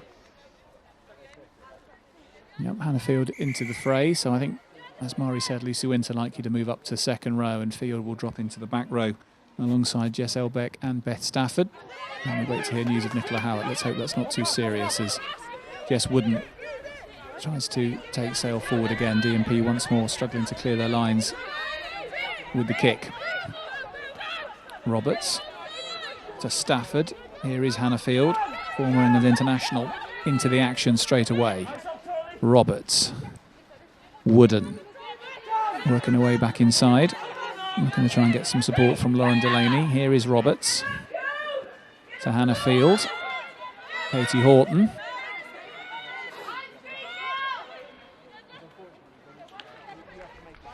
Pace onto the ball from Lucy Winter, and Sale starting to ask the question here. Nice angle from Delaney McLean. Here's Lisa Newman. Can Allensley finish? Real opportunity for Jody Allensley. She's not going to miss that.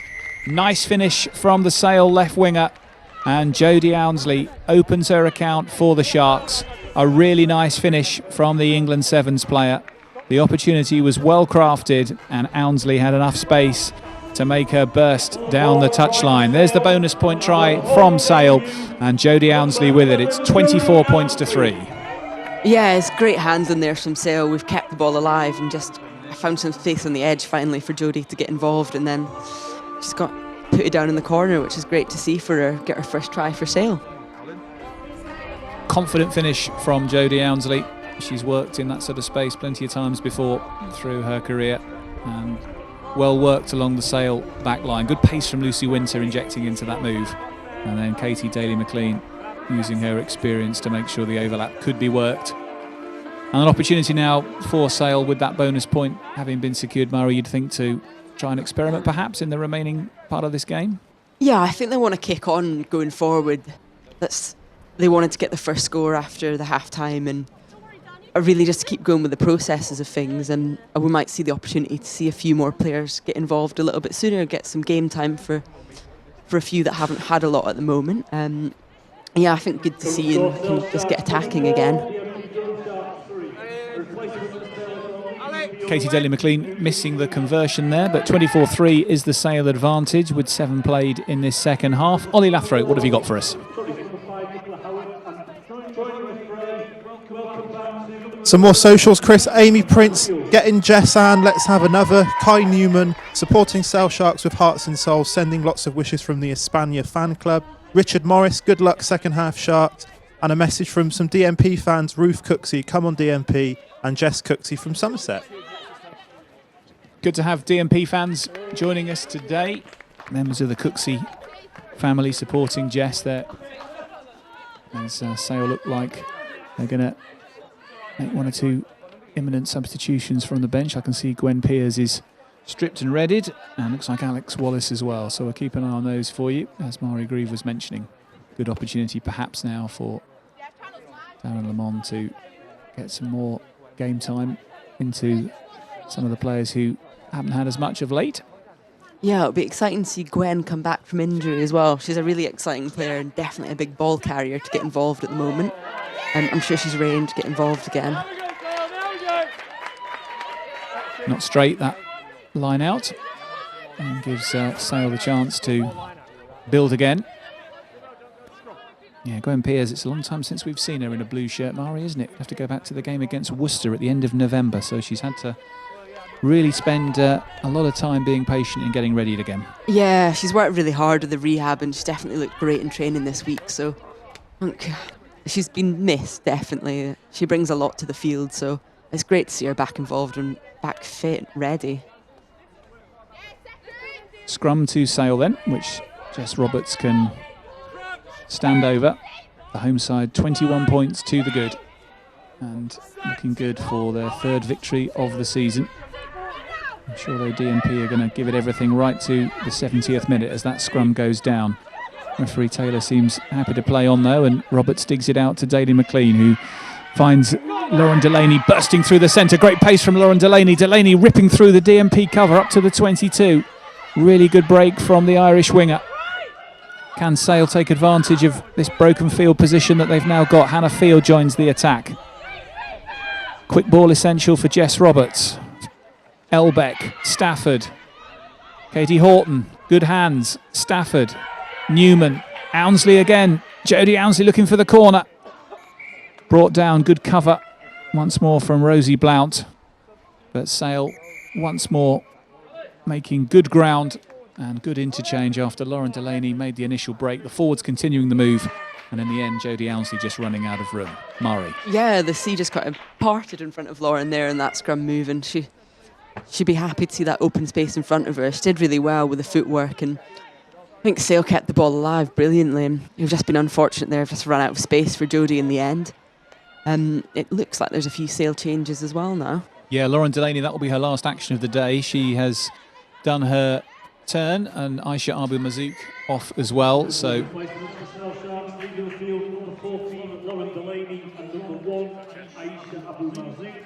Replaced by number 23, Alex Wallace. And again, returning from injury, great to see her back, number 17, Gwen Pearce. So you heard the public address announced there. Gwen Pearce on and Alex Wallace on for Lauren Delaney on the right wing. Gwen Pearce on at loosehead prop for Aisha Abu-Mazouk. So 23 minutes or so for Gwen Pearce to test out her leg and get back into match action again.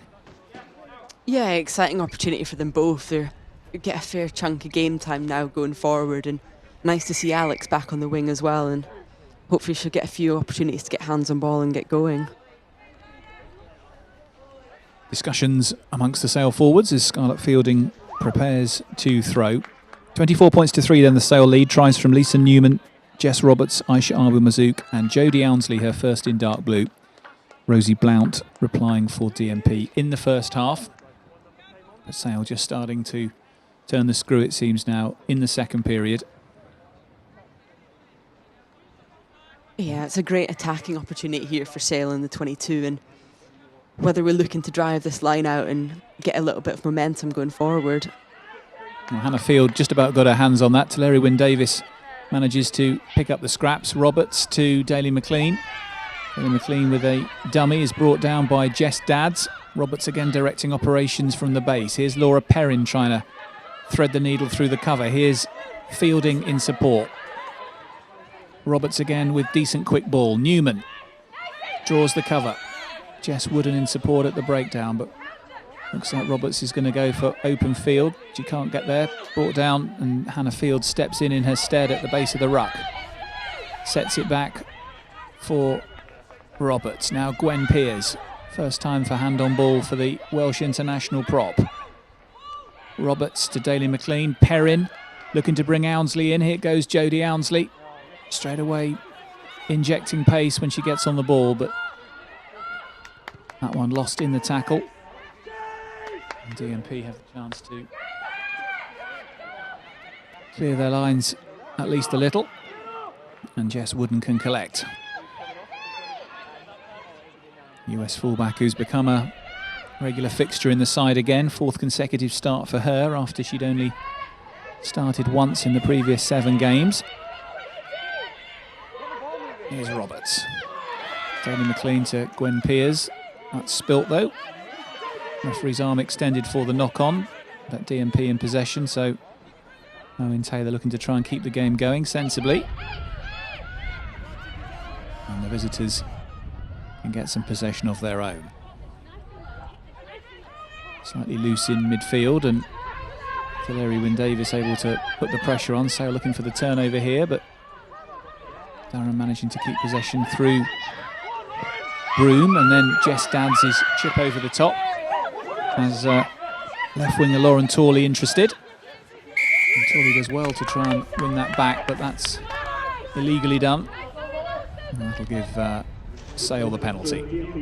Yeah, there's been a few exchanges in possession in that phases of play, and I think great clearance initially from DMP, and Sale did well, but I think back in the penalty and try and get herself back down the pitch a bit more. Well, decent territorial game there from Katie Daly McLean. Change on the bench for DMP. Alana Bainbridge off, and Zoe Teese, third-year student at Northumbria University, another one who also plays rugby league, is on for the visitors. Scarlett Fielding continuing at hooker for Sale. Hannah Field the target in the middle. Clean take from Field. Roberts. Daly McLean switch back inside to Perrin. Knocked on. Still the execution not quite where Sale would want it to be, Murray. Yeah, I think this is tiny errors there. You just see it's like a second and judgment that we're just losing it a little bit unforced, which I think is something we need to try and cut out of our game for the next 20 minutes. I think they'll be disappointed with that. We've had the territory there and we're just not executing particularly well. Amy Oro thumping that ball straight up the middle, and it's returned with interest by Jess Wooden. Here's Sophie Shams at fullback for DMP, trying to get them moving again. Cooksey finds Blount.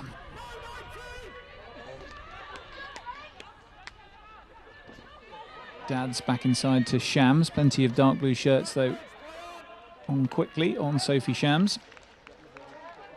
It's a bit messy.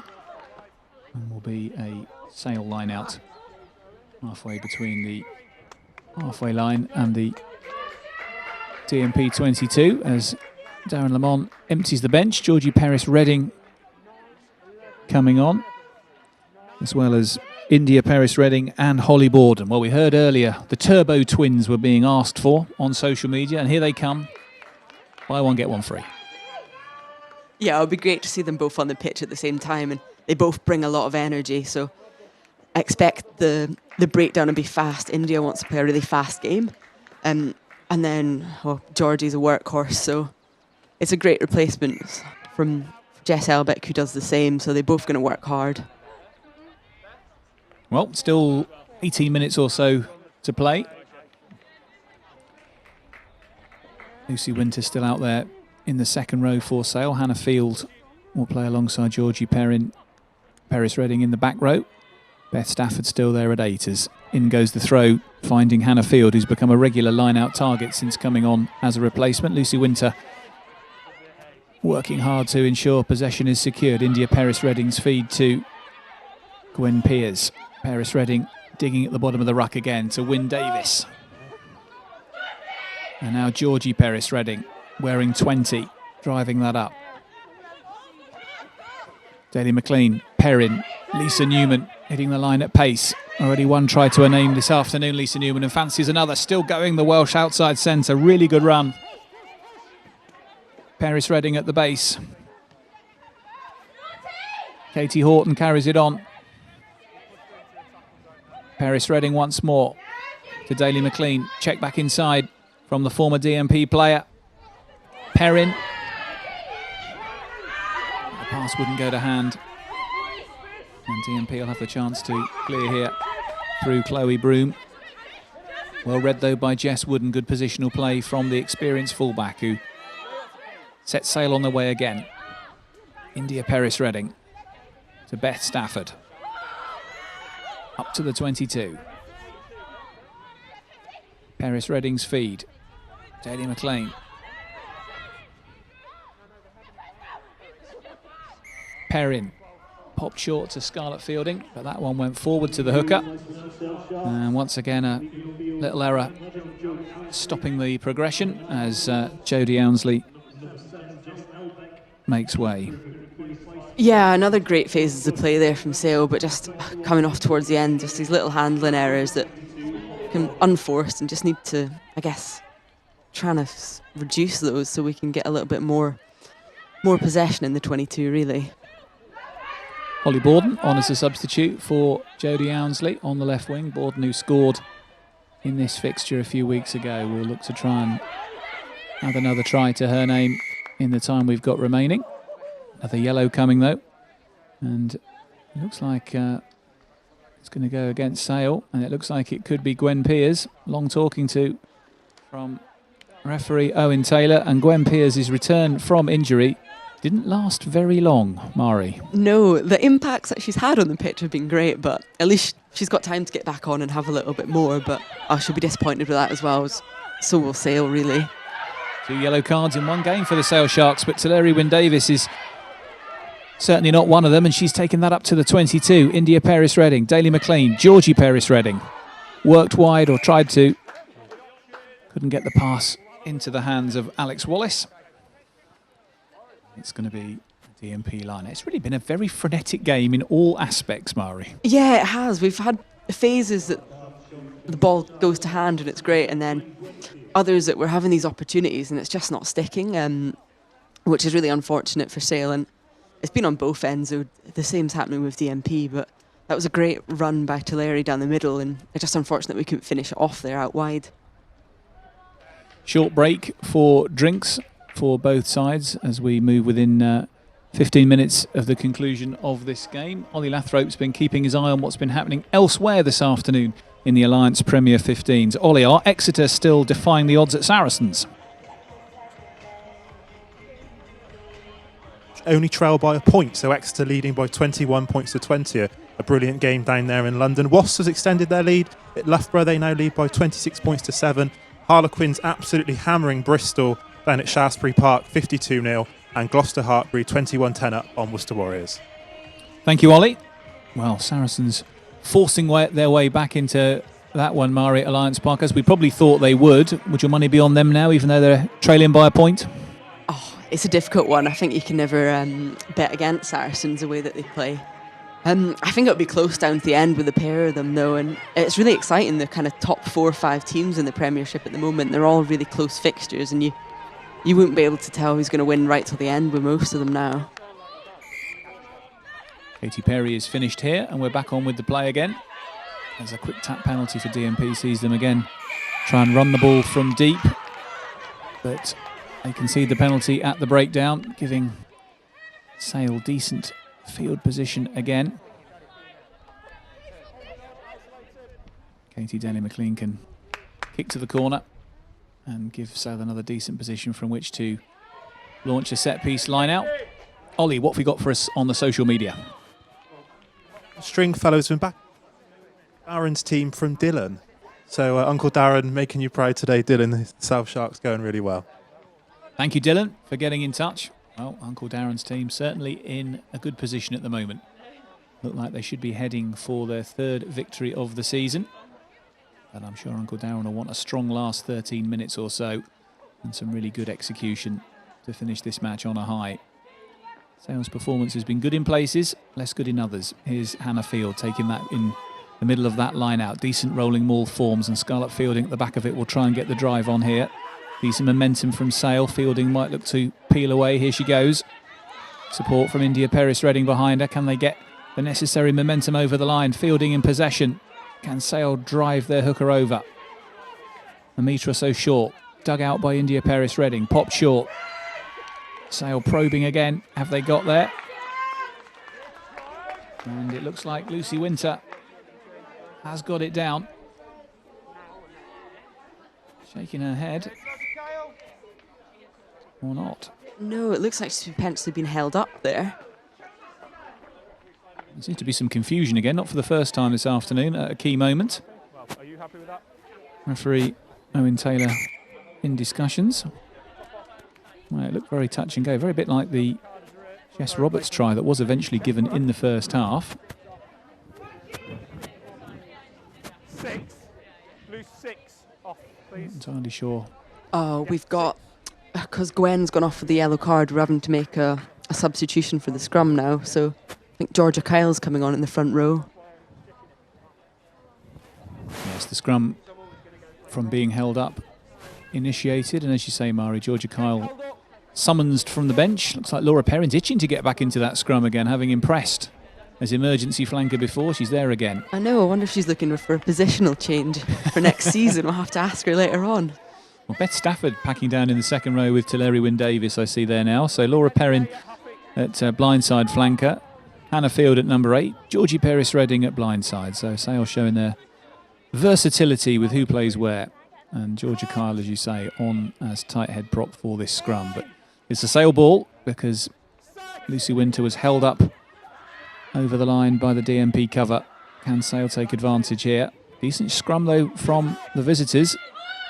India Peris-Redding going backwards a bit there. Cross kick from Katie Daly-McLean. Is it executed? Looks like it's pretty clean. Chance here for Lisa Newman, and she finishes. And Lisa Newman, for the second time today, is crossing the whitewash. Katie Daly-McLean's cross kick has been a real weapon for Sale in attack this season. And after Lucy Winter was held up moments before, Sale take full advantage from the scrum that materialises. Good cross kick from Daly-McLean. Clean take and good finish from Newman. And it's Sale 29, DMP Sharks 3.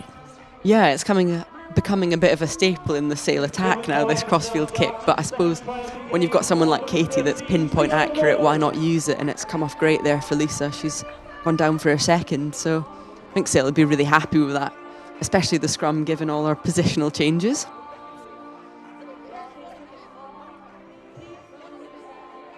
Relatively difficult conversion this though for Katie Daly-McLean, about 15 metres in from touch. Yes, as you'd say, that's a very different 8 packing down for that scrum than started proceedings this afternoon, Mari, but the versatility of various players coming to the fore. And Katie Daly-McLean has the chance to take Sale into the 30s with 10 minutes left on the clock.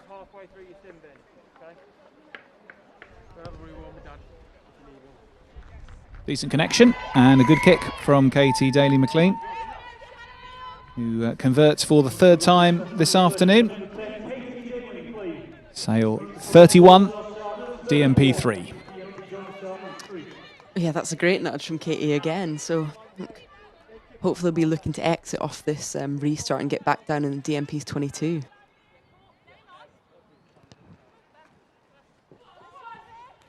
Beth Stafford taking that restart for the Sale Sharks. They are on their way to victory this afternoon, but can they finish the stronger in the last 10 minutes? I'm sure DMP will work hard right to the very end as Katie Daly-McLean sees a potential gap over the head of Amy Lizelle, but can't get the ball over the DMP player. And once more the visitors playing with industry deep in their own territory. Powerful run from Brogan Churm to shrug off the first tackler. Broom.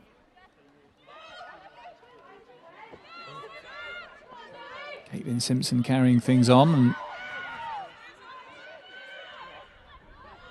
good work too from Zoe Teese, the replacement hooker, but knock on coming. India Paris-Redding trying to get things going quickly alongside her twin sister, having to just wait for the referee. Paris-Redding feeds Katie Horton, who's become a real mainstay in this side in recent weeks, but penalised. Quick blast on the whistle there.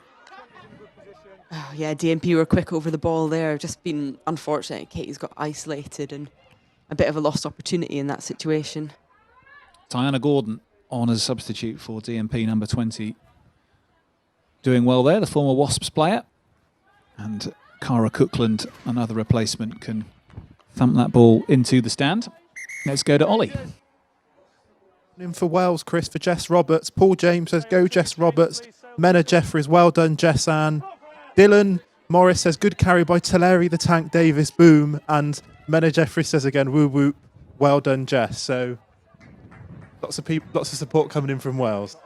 Now then, Mari, you'll have to tell us, is Teleri known as the Tank in the camp, or is that just a kind of supporter thing? Maybe she will be now. I think that's great. This isn't the first time we've had a social media correspondent referring to her as Teleri the Tank. I think I should maybe implement that at training next week and we'll see how we can run it. Test it out, Mari, for us. Let us know. I think it'll go down well. DMP on the attack once more.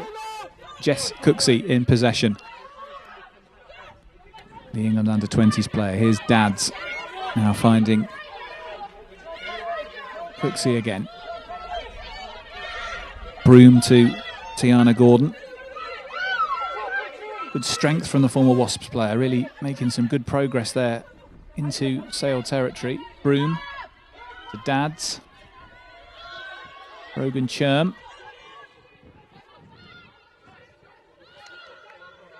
Adds once more to the hard-working Jasmine Hazel, third-year physiotherapy student at Northumbria University. Broom. Adds once more. Now Mael Peacutt. Good hands this as Hannah Field comes out to try and implement some blitz defence. Sophie Shams is then brought down and Sale slowing the momentum of this attack. Georgie Paris-Redding as ever in the mix. But DMP still in possession. Good cover tackle from Alex Wallace. But penalised for coming in from the wrong side, the Sale replacement winger, probably fairly, and it'll be a DMP penalty. Yeah, DMP have had some good phases in attack there, really. They're trying to play some attacking rugby. It's just some of the last passes not quite going to hand, and then it's putting them back a little bit. But I think a good opportunity for them again to try and get a bit more hands on ball. Some running repairs for Rosie Blout as we move within the last 5 minutes of this game. DMP move themselves further up the left touchline.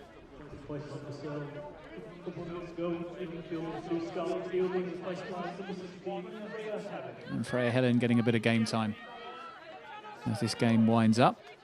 On as replacement hooker for Scarlett Fielding. Not had too many opportunities this season, Freya Helen, with Molly Kelly and Scarlett Fielding generally alternating in the number 2 shirt. What can you tell us about Freya, Mari? I think she's a good attacking player and she'll want to come on and make a big impact. I played with her a little bit before at Fairwood Waterloo as well, and she brings a great energy to the pitch. I think she's been unfortunate not to get much game time this season, so it's a great opportunity for her to kind of show what she can bring to the team, and she's got a good 7-8 minutes left to play. Sale 31 points to 3 in the lead in this game. If you're just joining us on Sharks Live, Mari Grieve and Chris Malaband talking you through this one. Lisa Newman with 2 tries and 1 each from Jess Roberts, Aisha Abu-Mazouk and Jody Allensley, the scorers for Sale this afternoon.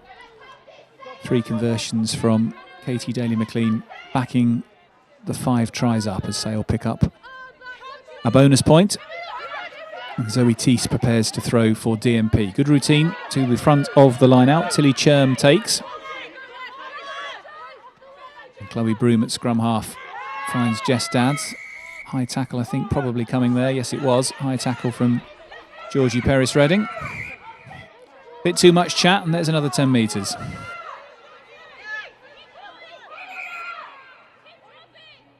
Oh dear. Oh, no. Are we going to see a 3rd yellow card for Sale here? Georgie Perris-Redding in a little bit of trouble here with the referee. Beth Stafford being invited to join the conversation. Yeah, I really hope not. Hopefully it's just a little bit of a talking to and nothing more. I don't think Georgie can have too many complaints about the high tackle, Mari.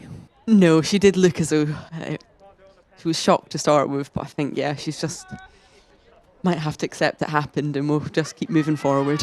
Sometimes can be difficult, can it? If you just get your angles wrong, it's not malicious, but you just misjudge it a bit. But if it's across the shoulder blades or higher. Oh, definitely. In this day and age of rugby, they're hot on it at the moment and you can't get away with anything now. So nothing malice in it at all, just unfortunate. Good field position then for DMP. Can they get themselves over for a try late in this game? Been a hard-working performance from Rob Vickers' side. I'm sure if they could get over the whitewash, there'd be some significant celebration from the visiting players. And their efforts probably deserve one this afternoon. Can they force the issue here? 3 or 4 metres out from the Sale line. Sale desperately trying to rebuff this driving maul. Broom, the hard-working scrum half, trying to force her way through. Bit of support from Caitlin Simpson. Brogan Churm driving up to the line. DMP inches short. Sale trying to keep the door firmly bolted. Freya Helen challenging in there. Georgie Kyle's in there as well. That Sale defence is being stretched. Lois Brown driving in, the substitute tight head prop, as Lucy Winter comes off the defensive line to try and put in the tackle. Sale have forced DMP back a couple of metres there. Got to be careful of the offside here, Sale, but DMP continuing to press. Good work from Tamar Benson. DMP starting now to work it through the back line. Opportunity perhaps coming here, but really good tackle comes in on Jess Cooksey. Bit loose on the floor. Amy Lezelle working hard. Lezelle trying to wriggle her way through. Sale really stretched here. Have they managed to hold up? Yes, they have. Good defence from Darren Lamont's side, and Jasmine Hazel is held up. And DMP didn't do much wrong with that attack, but the Sale defence was rock solid. Yeah, pretty heroic defence there from Sale on their own try line, which I think is something that kind of brought forward as the season's gone on and something worked really hard on. And I think they'll be hoping to try and keep DMP trialists in this, really having a bit of pride about it. So I think we'll see a big effort in the scrum now from Sale and try and win this ball back. Alyssa Jennings on at scrum half for Chloe Broom. She's someone who plays right across the back line but has stepped in for Broom in recent weeks. Got a question to ask you about your Christmas turkey in a minute, Mari, from one of our social media correspondents. You're going to have to fill in the blanks a bit for this one, but we'll come to that in a minute. Thank you to Carrie Morris, who's spotted that one. Here goes Tilly Churm, brought down by India Peris Redding. Dads to Cooksey, number 12 for DMP. Alyssa Jennings held up by 3 dark blue shirts as the visitors desperately try and get themselves over the line. Dads back inside to Jess Vishu. Jennings again. Dads to Lazelle. Amy Lazelle wrapped up by Teleri Wynne Davis. Maul forms and have Sale done enough to deal with that. We're going back for the penalty. It's all DMP at the moment. Sale having to be mobile to get across, but another chance for Alyssa Jennings to try and unpick this Sale defence. Jennings with the feed. Lois Brown again to receive it. Dads with the looped pass. Jennings to Dads again. Back inside it goes. Sale's defence is solid. DMP's handling thus far is good, but is that a turnover? There's Gwen Pearce back from the bench after her yellow card. Peris Redding back to Katie Daly-McLean, and Daly-McLean's clearance takes Sale to the sanctuary of the 22-metre line. A very solid defensive set, Murray. Yeah, it's a great defensive effort for Sale, and they'll take a lot of pride from that. You can see the body position and the energy just changed as soon as that happened, and they've done really well to keep DMP out. Now then, Mari, we did have this message in on social media, which was to, well, Ollie, perhaps you could put the question to Mari. Yeah, Mari, we've had a message in from a Jay Seaton, I think that's how I pronounce it. It says, good luck, could you ask Mari if her turkey this Christmas was the best she'd ever had? Yeah, it possibly would have been. We had a very Scottish Christmas in the Northwest with Nicola Howitt, her partner, and Hannah Curtin, her partner. So had a great time, yeah. Possibly the best turkey yet. Sounds good. A good Scottish Christmas. Any Scotch pie? No, not this time. Disappointing. Always a highlight.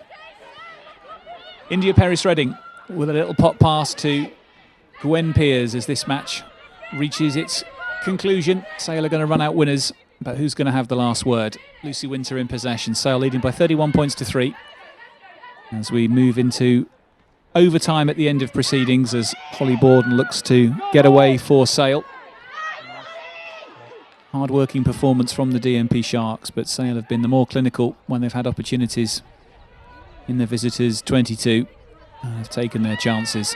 DMP, though, playing with plenty of spirit and keen to try and have the last word here as they move forward again through Tiana Gordon, bringing in Sophie Shams at fullback. Sale's scrambling defence, though, thus far not yielding. Alyssa Jennings with the pop pass. Jess Dads once more. Looks like that was knocked on in midfield. And referee Owen Taylor says that is that. And that will be the conclusion of this Alliance Premier 15s match here at the Corpacq Stadium. Sale Sharks victorious for the third time this season by 31 points to 3. A really spirited effort from the North East side, who've had a difficult campaign this season, but that's certainly one of their best results, and they gave Sale a really decent game for long periods. The home side, though, able to take their chances and put 5 tries on the scoreboard, picking up a bonus point in the process. Mari Grieve. Yeah, I think Sale will be happy with their performance. They've come away with a win. At times, not the prettiest of wins, but they've managed to work on some things, and there's definitely some more things to work on going forward. But again, really important for us to get these wins on the board in the first season and something to kind of propel us going into the next few games and next season. I think DMP have got a lot of positives to take from it. They played some good attacking rugby. It was just coming towards the end of it clinically, and those last passes just not going to hand, and they've been unfortunate not to get more points on the board, I think, today, but a good performance from both teams. Well, 5 tries to Sale this afternoon in victory. Jess Roberts, Aisha Abu Mazouk, Jody Allensley, and 2 from Welsh international Lisa Newman, and she is there pitch side with our reporter right now. Here's Carrie Morris. Wait. Oh my... Lisa, you scored the first try. How did that feel? Yeah, it was good. Nice to actually score a try. Yeah, credit to the girls. It was a good sort of team effort. So I got a quick goal from Katie. So yeah, it was decent. Yeah, a lot of today was a team effort, wasn't it? Pardon? A lot of today's.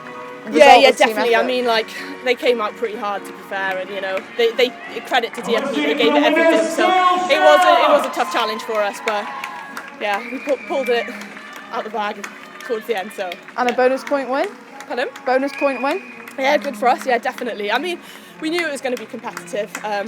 Obviously, they were bottom, so it was going to be a clash between us. But yeah, it was really, really difficult. Credit to them. It was tough. It wasn't easy for us. So yeah, we just had to keep to our game plan, really. Yeah, like you said, it was quite a hard match, and your defensive effort as well. Yeah. It was a lot. First 15 minutes, I thought, oh god, this is going to be a really close one here. So yeah, so you're back to winning ways. How does it feel? Yeah, I mean, it is great to get a win, and yeah, it's a team effort. So we just had to make sure we were clinical. We had a few errors, and we'll look back and review and see where we can improve. But yeah, credit to everyone. Yeah, that was my next question. What sort of things are you going to take from this game to training? I think when we're hot on it, we do really, really well. And I think for us, it's mostly just being clinical, getting our passes right, making sure as well we're clearing the ruck as quick as we can just to get that quick ball. So, I mean, there's a lot of elements in there, a lot of positives we can take away. So yeah, I guess we'll just keep improving. Yeah. And we'll just keep going, really. Thank you very much. Go celebrate with the team. Thanks. Lisa Newman, 2 tries today for Sale Sharks in their victory against DMP, catching up with our pitchside reporter, Carrie Morris. So Mari, just in summary then, a solid victory, a bonus point win. What will the main messages, do you think, be from Darren Lamont there as the players warm down and reflect? I think taking the positives from it, a bonus point win is a bonus point win, and it's something that we need to keep racking up as we're going forward. And probably just the same as Lisa said there, being clinical with it. At times it got scrappy, but then when we are on it and everything's executed well, you just see what we can do with the tries that they're coming away with. And I don't think you can't fault anyone's effort defensively. We've just seen it at the end, the last 5 minutes, camped out on our own try line, and it's that effort and the pride not to let them score, which is a big thing to take away, and that's a mindset more than anything, which I think kind of sums up being a Shark. So I think taking that into the next run of games, obviously we've got Wasps next weekend and a little bit of a break, so going on from there. Thank you, Mari. Ollie Lathrop, let's just get the latest from the other matches in the Alliance Premier 15s this afternoon before we close. Well, a couple of 4 times, Chris. Harlequins have won 62-7, down at Bristol, and a turnaround at Alliance Park. Saracens beaten Exeter by 34 points to 21. So a big comeback for Saracens there. A latest score at Loughborough. Wasps are 26-7 up there, not long to go in that one. And Gloucester Hartbury 21, Worcester 10 is the latest score. Of course, that one kicking off half an hour later at 2:30. Thank you very much, Ollie. So Harlequins with a big victory at Bristol, as Ollie says. Saracens showing their quality and coming back against an Exeter Chiefs side who had led at half-time, and with Wasps it seems heading for victory at Loughborough. That makes the top 4 look a little bit cleaner, assuming it stays that way in the Midlands tonight. Saracens, Harlequins, Loughborough and Wasps looking ever increasingly likely to be the top 4 who will contest the playoffs and ultimately compete for the Alliance Premier 15's title at the end of the season. Here, though, at the Corpacq Stadium, it's been a good afternoon for Darren Lemon's Sale Sharks. They have won for the third time this season, beating the DMP Durham Sharks for the second time in this campaign, backing up their 47-0 victory in the Northeast with a 31-3 win here. Lisa Newman with 2, Jess Roberts, Aisha Abu Mazouk and Jody Allensley, the scorers. Next up for the Sale Sharks, as Mari Grieve says, a trip next Saturday to Wasps. That'll be a tough one for sure down there. We're next in action here with Sharks Live on Saturday, April the 17th, when Exeter are the visitors, before Sale close out their season on May the 8th away at Loughborough. We hope you've enjoyed our coverage this afternoon. Big thanks to our summariser Mari Grieve, who we hope to see back in a Sale Sharks shirt before too long. And my thanks also on social media duty to Ollie Lathrope, to Colin McKevitt and Andy Featherstone on the cameras this afternoon, Katie Hall and Billy Isles assisting on the production and director roles, and to Enver and Emma as well, who've been a key part of the team, and of course our pitchside reporter Carrie Morris. From me, Chris Malaband, and all of us at the Corpacq Stadium, enjoy the rest of your Saturday. Good afternoon.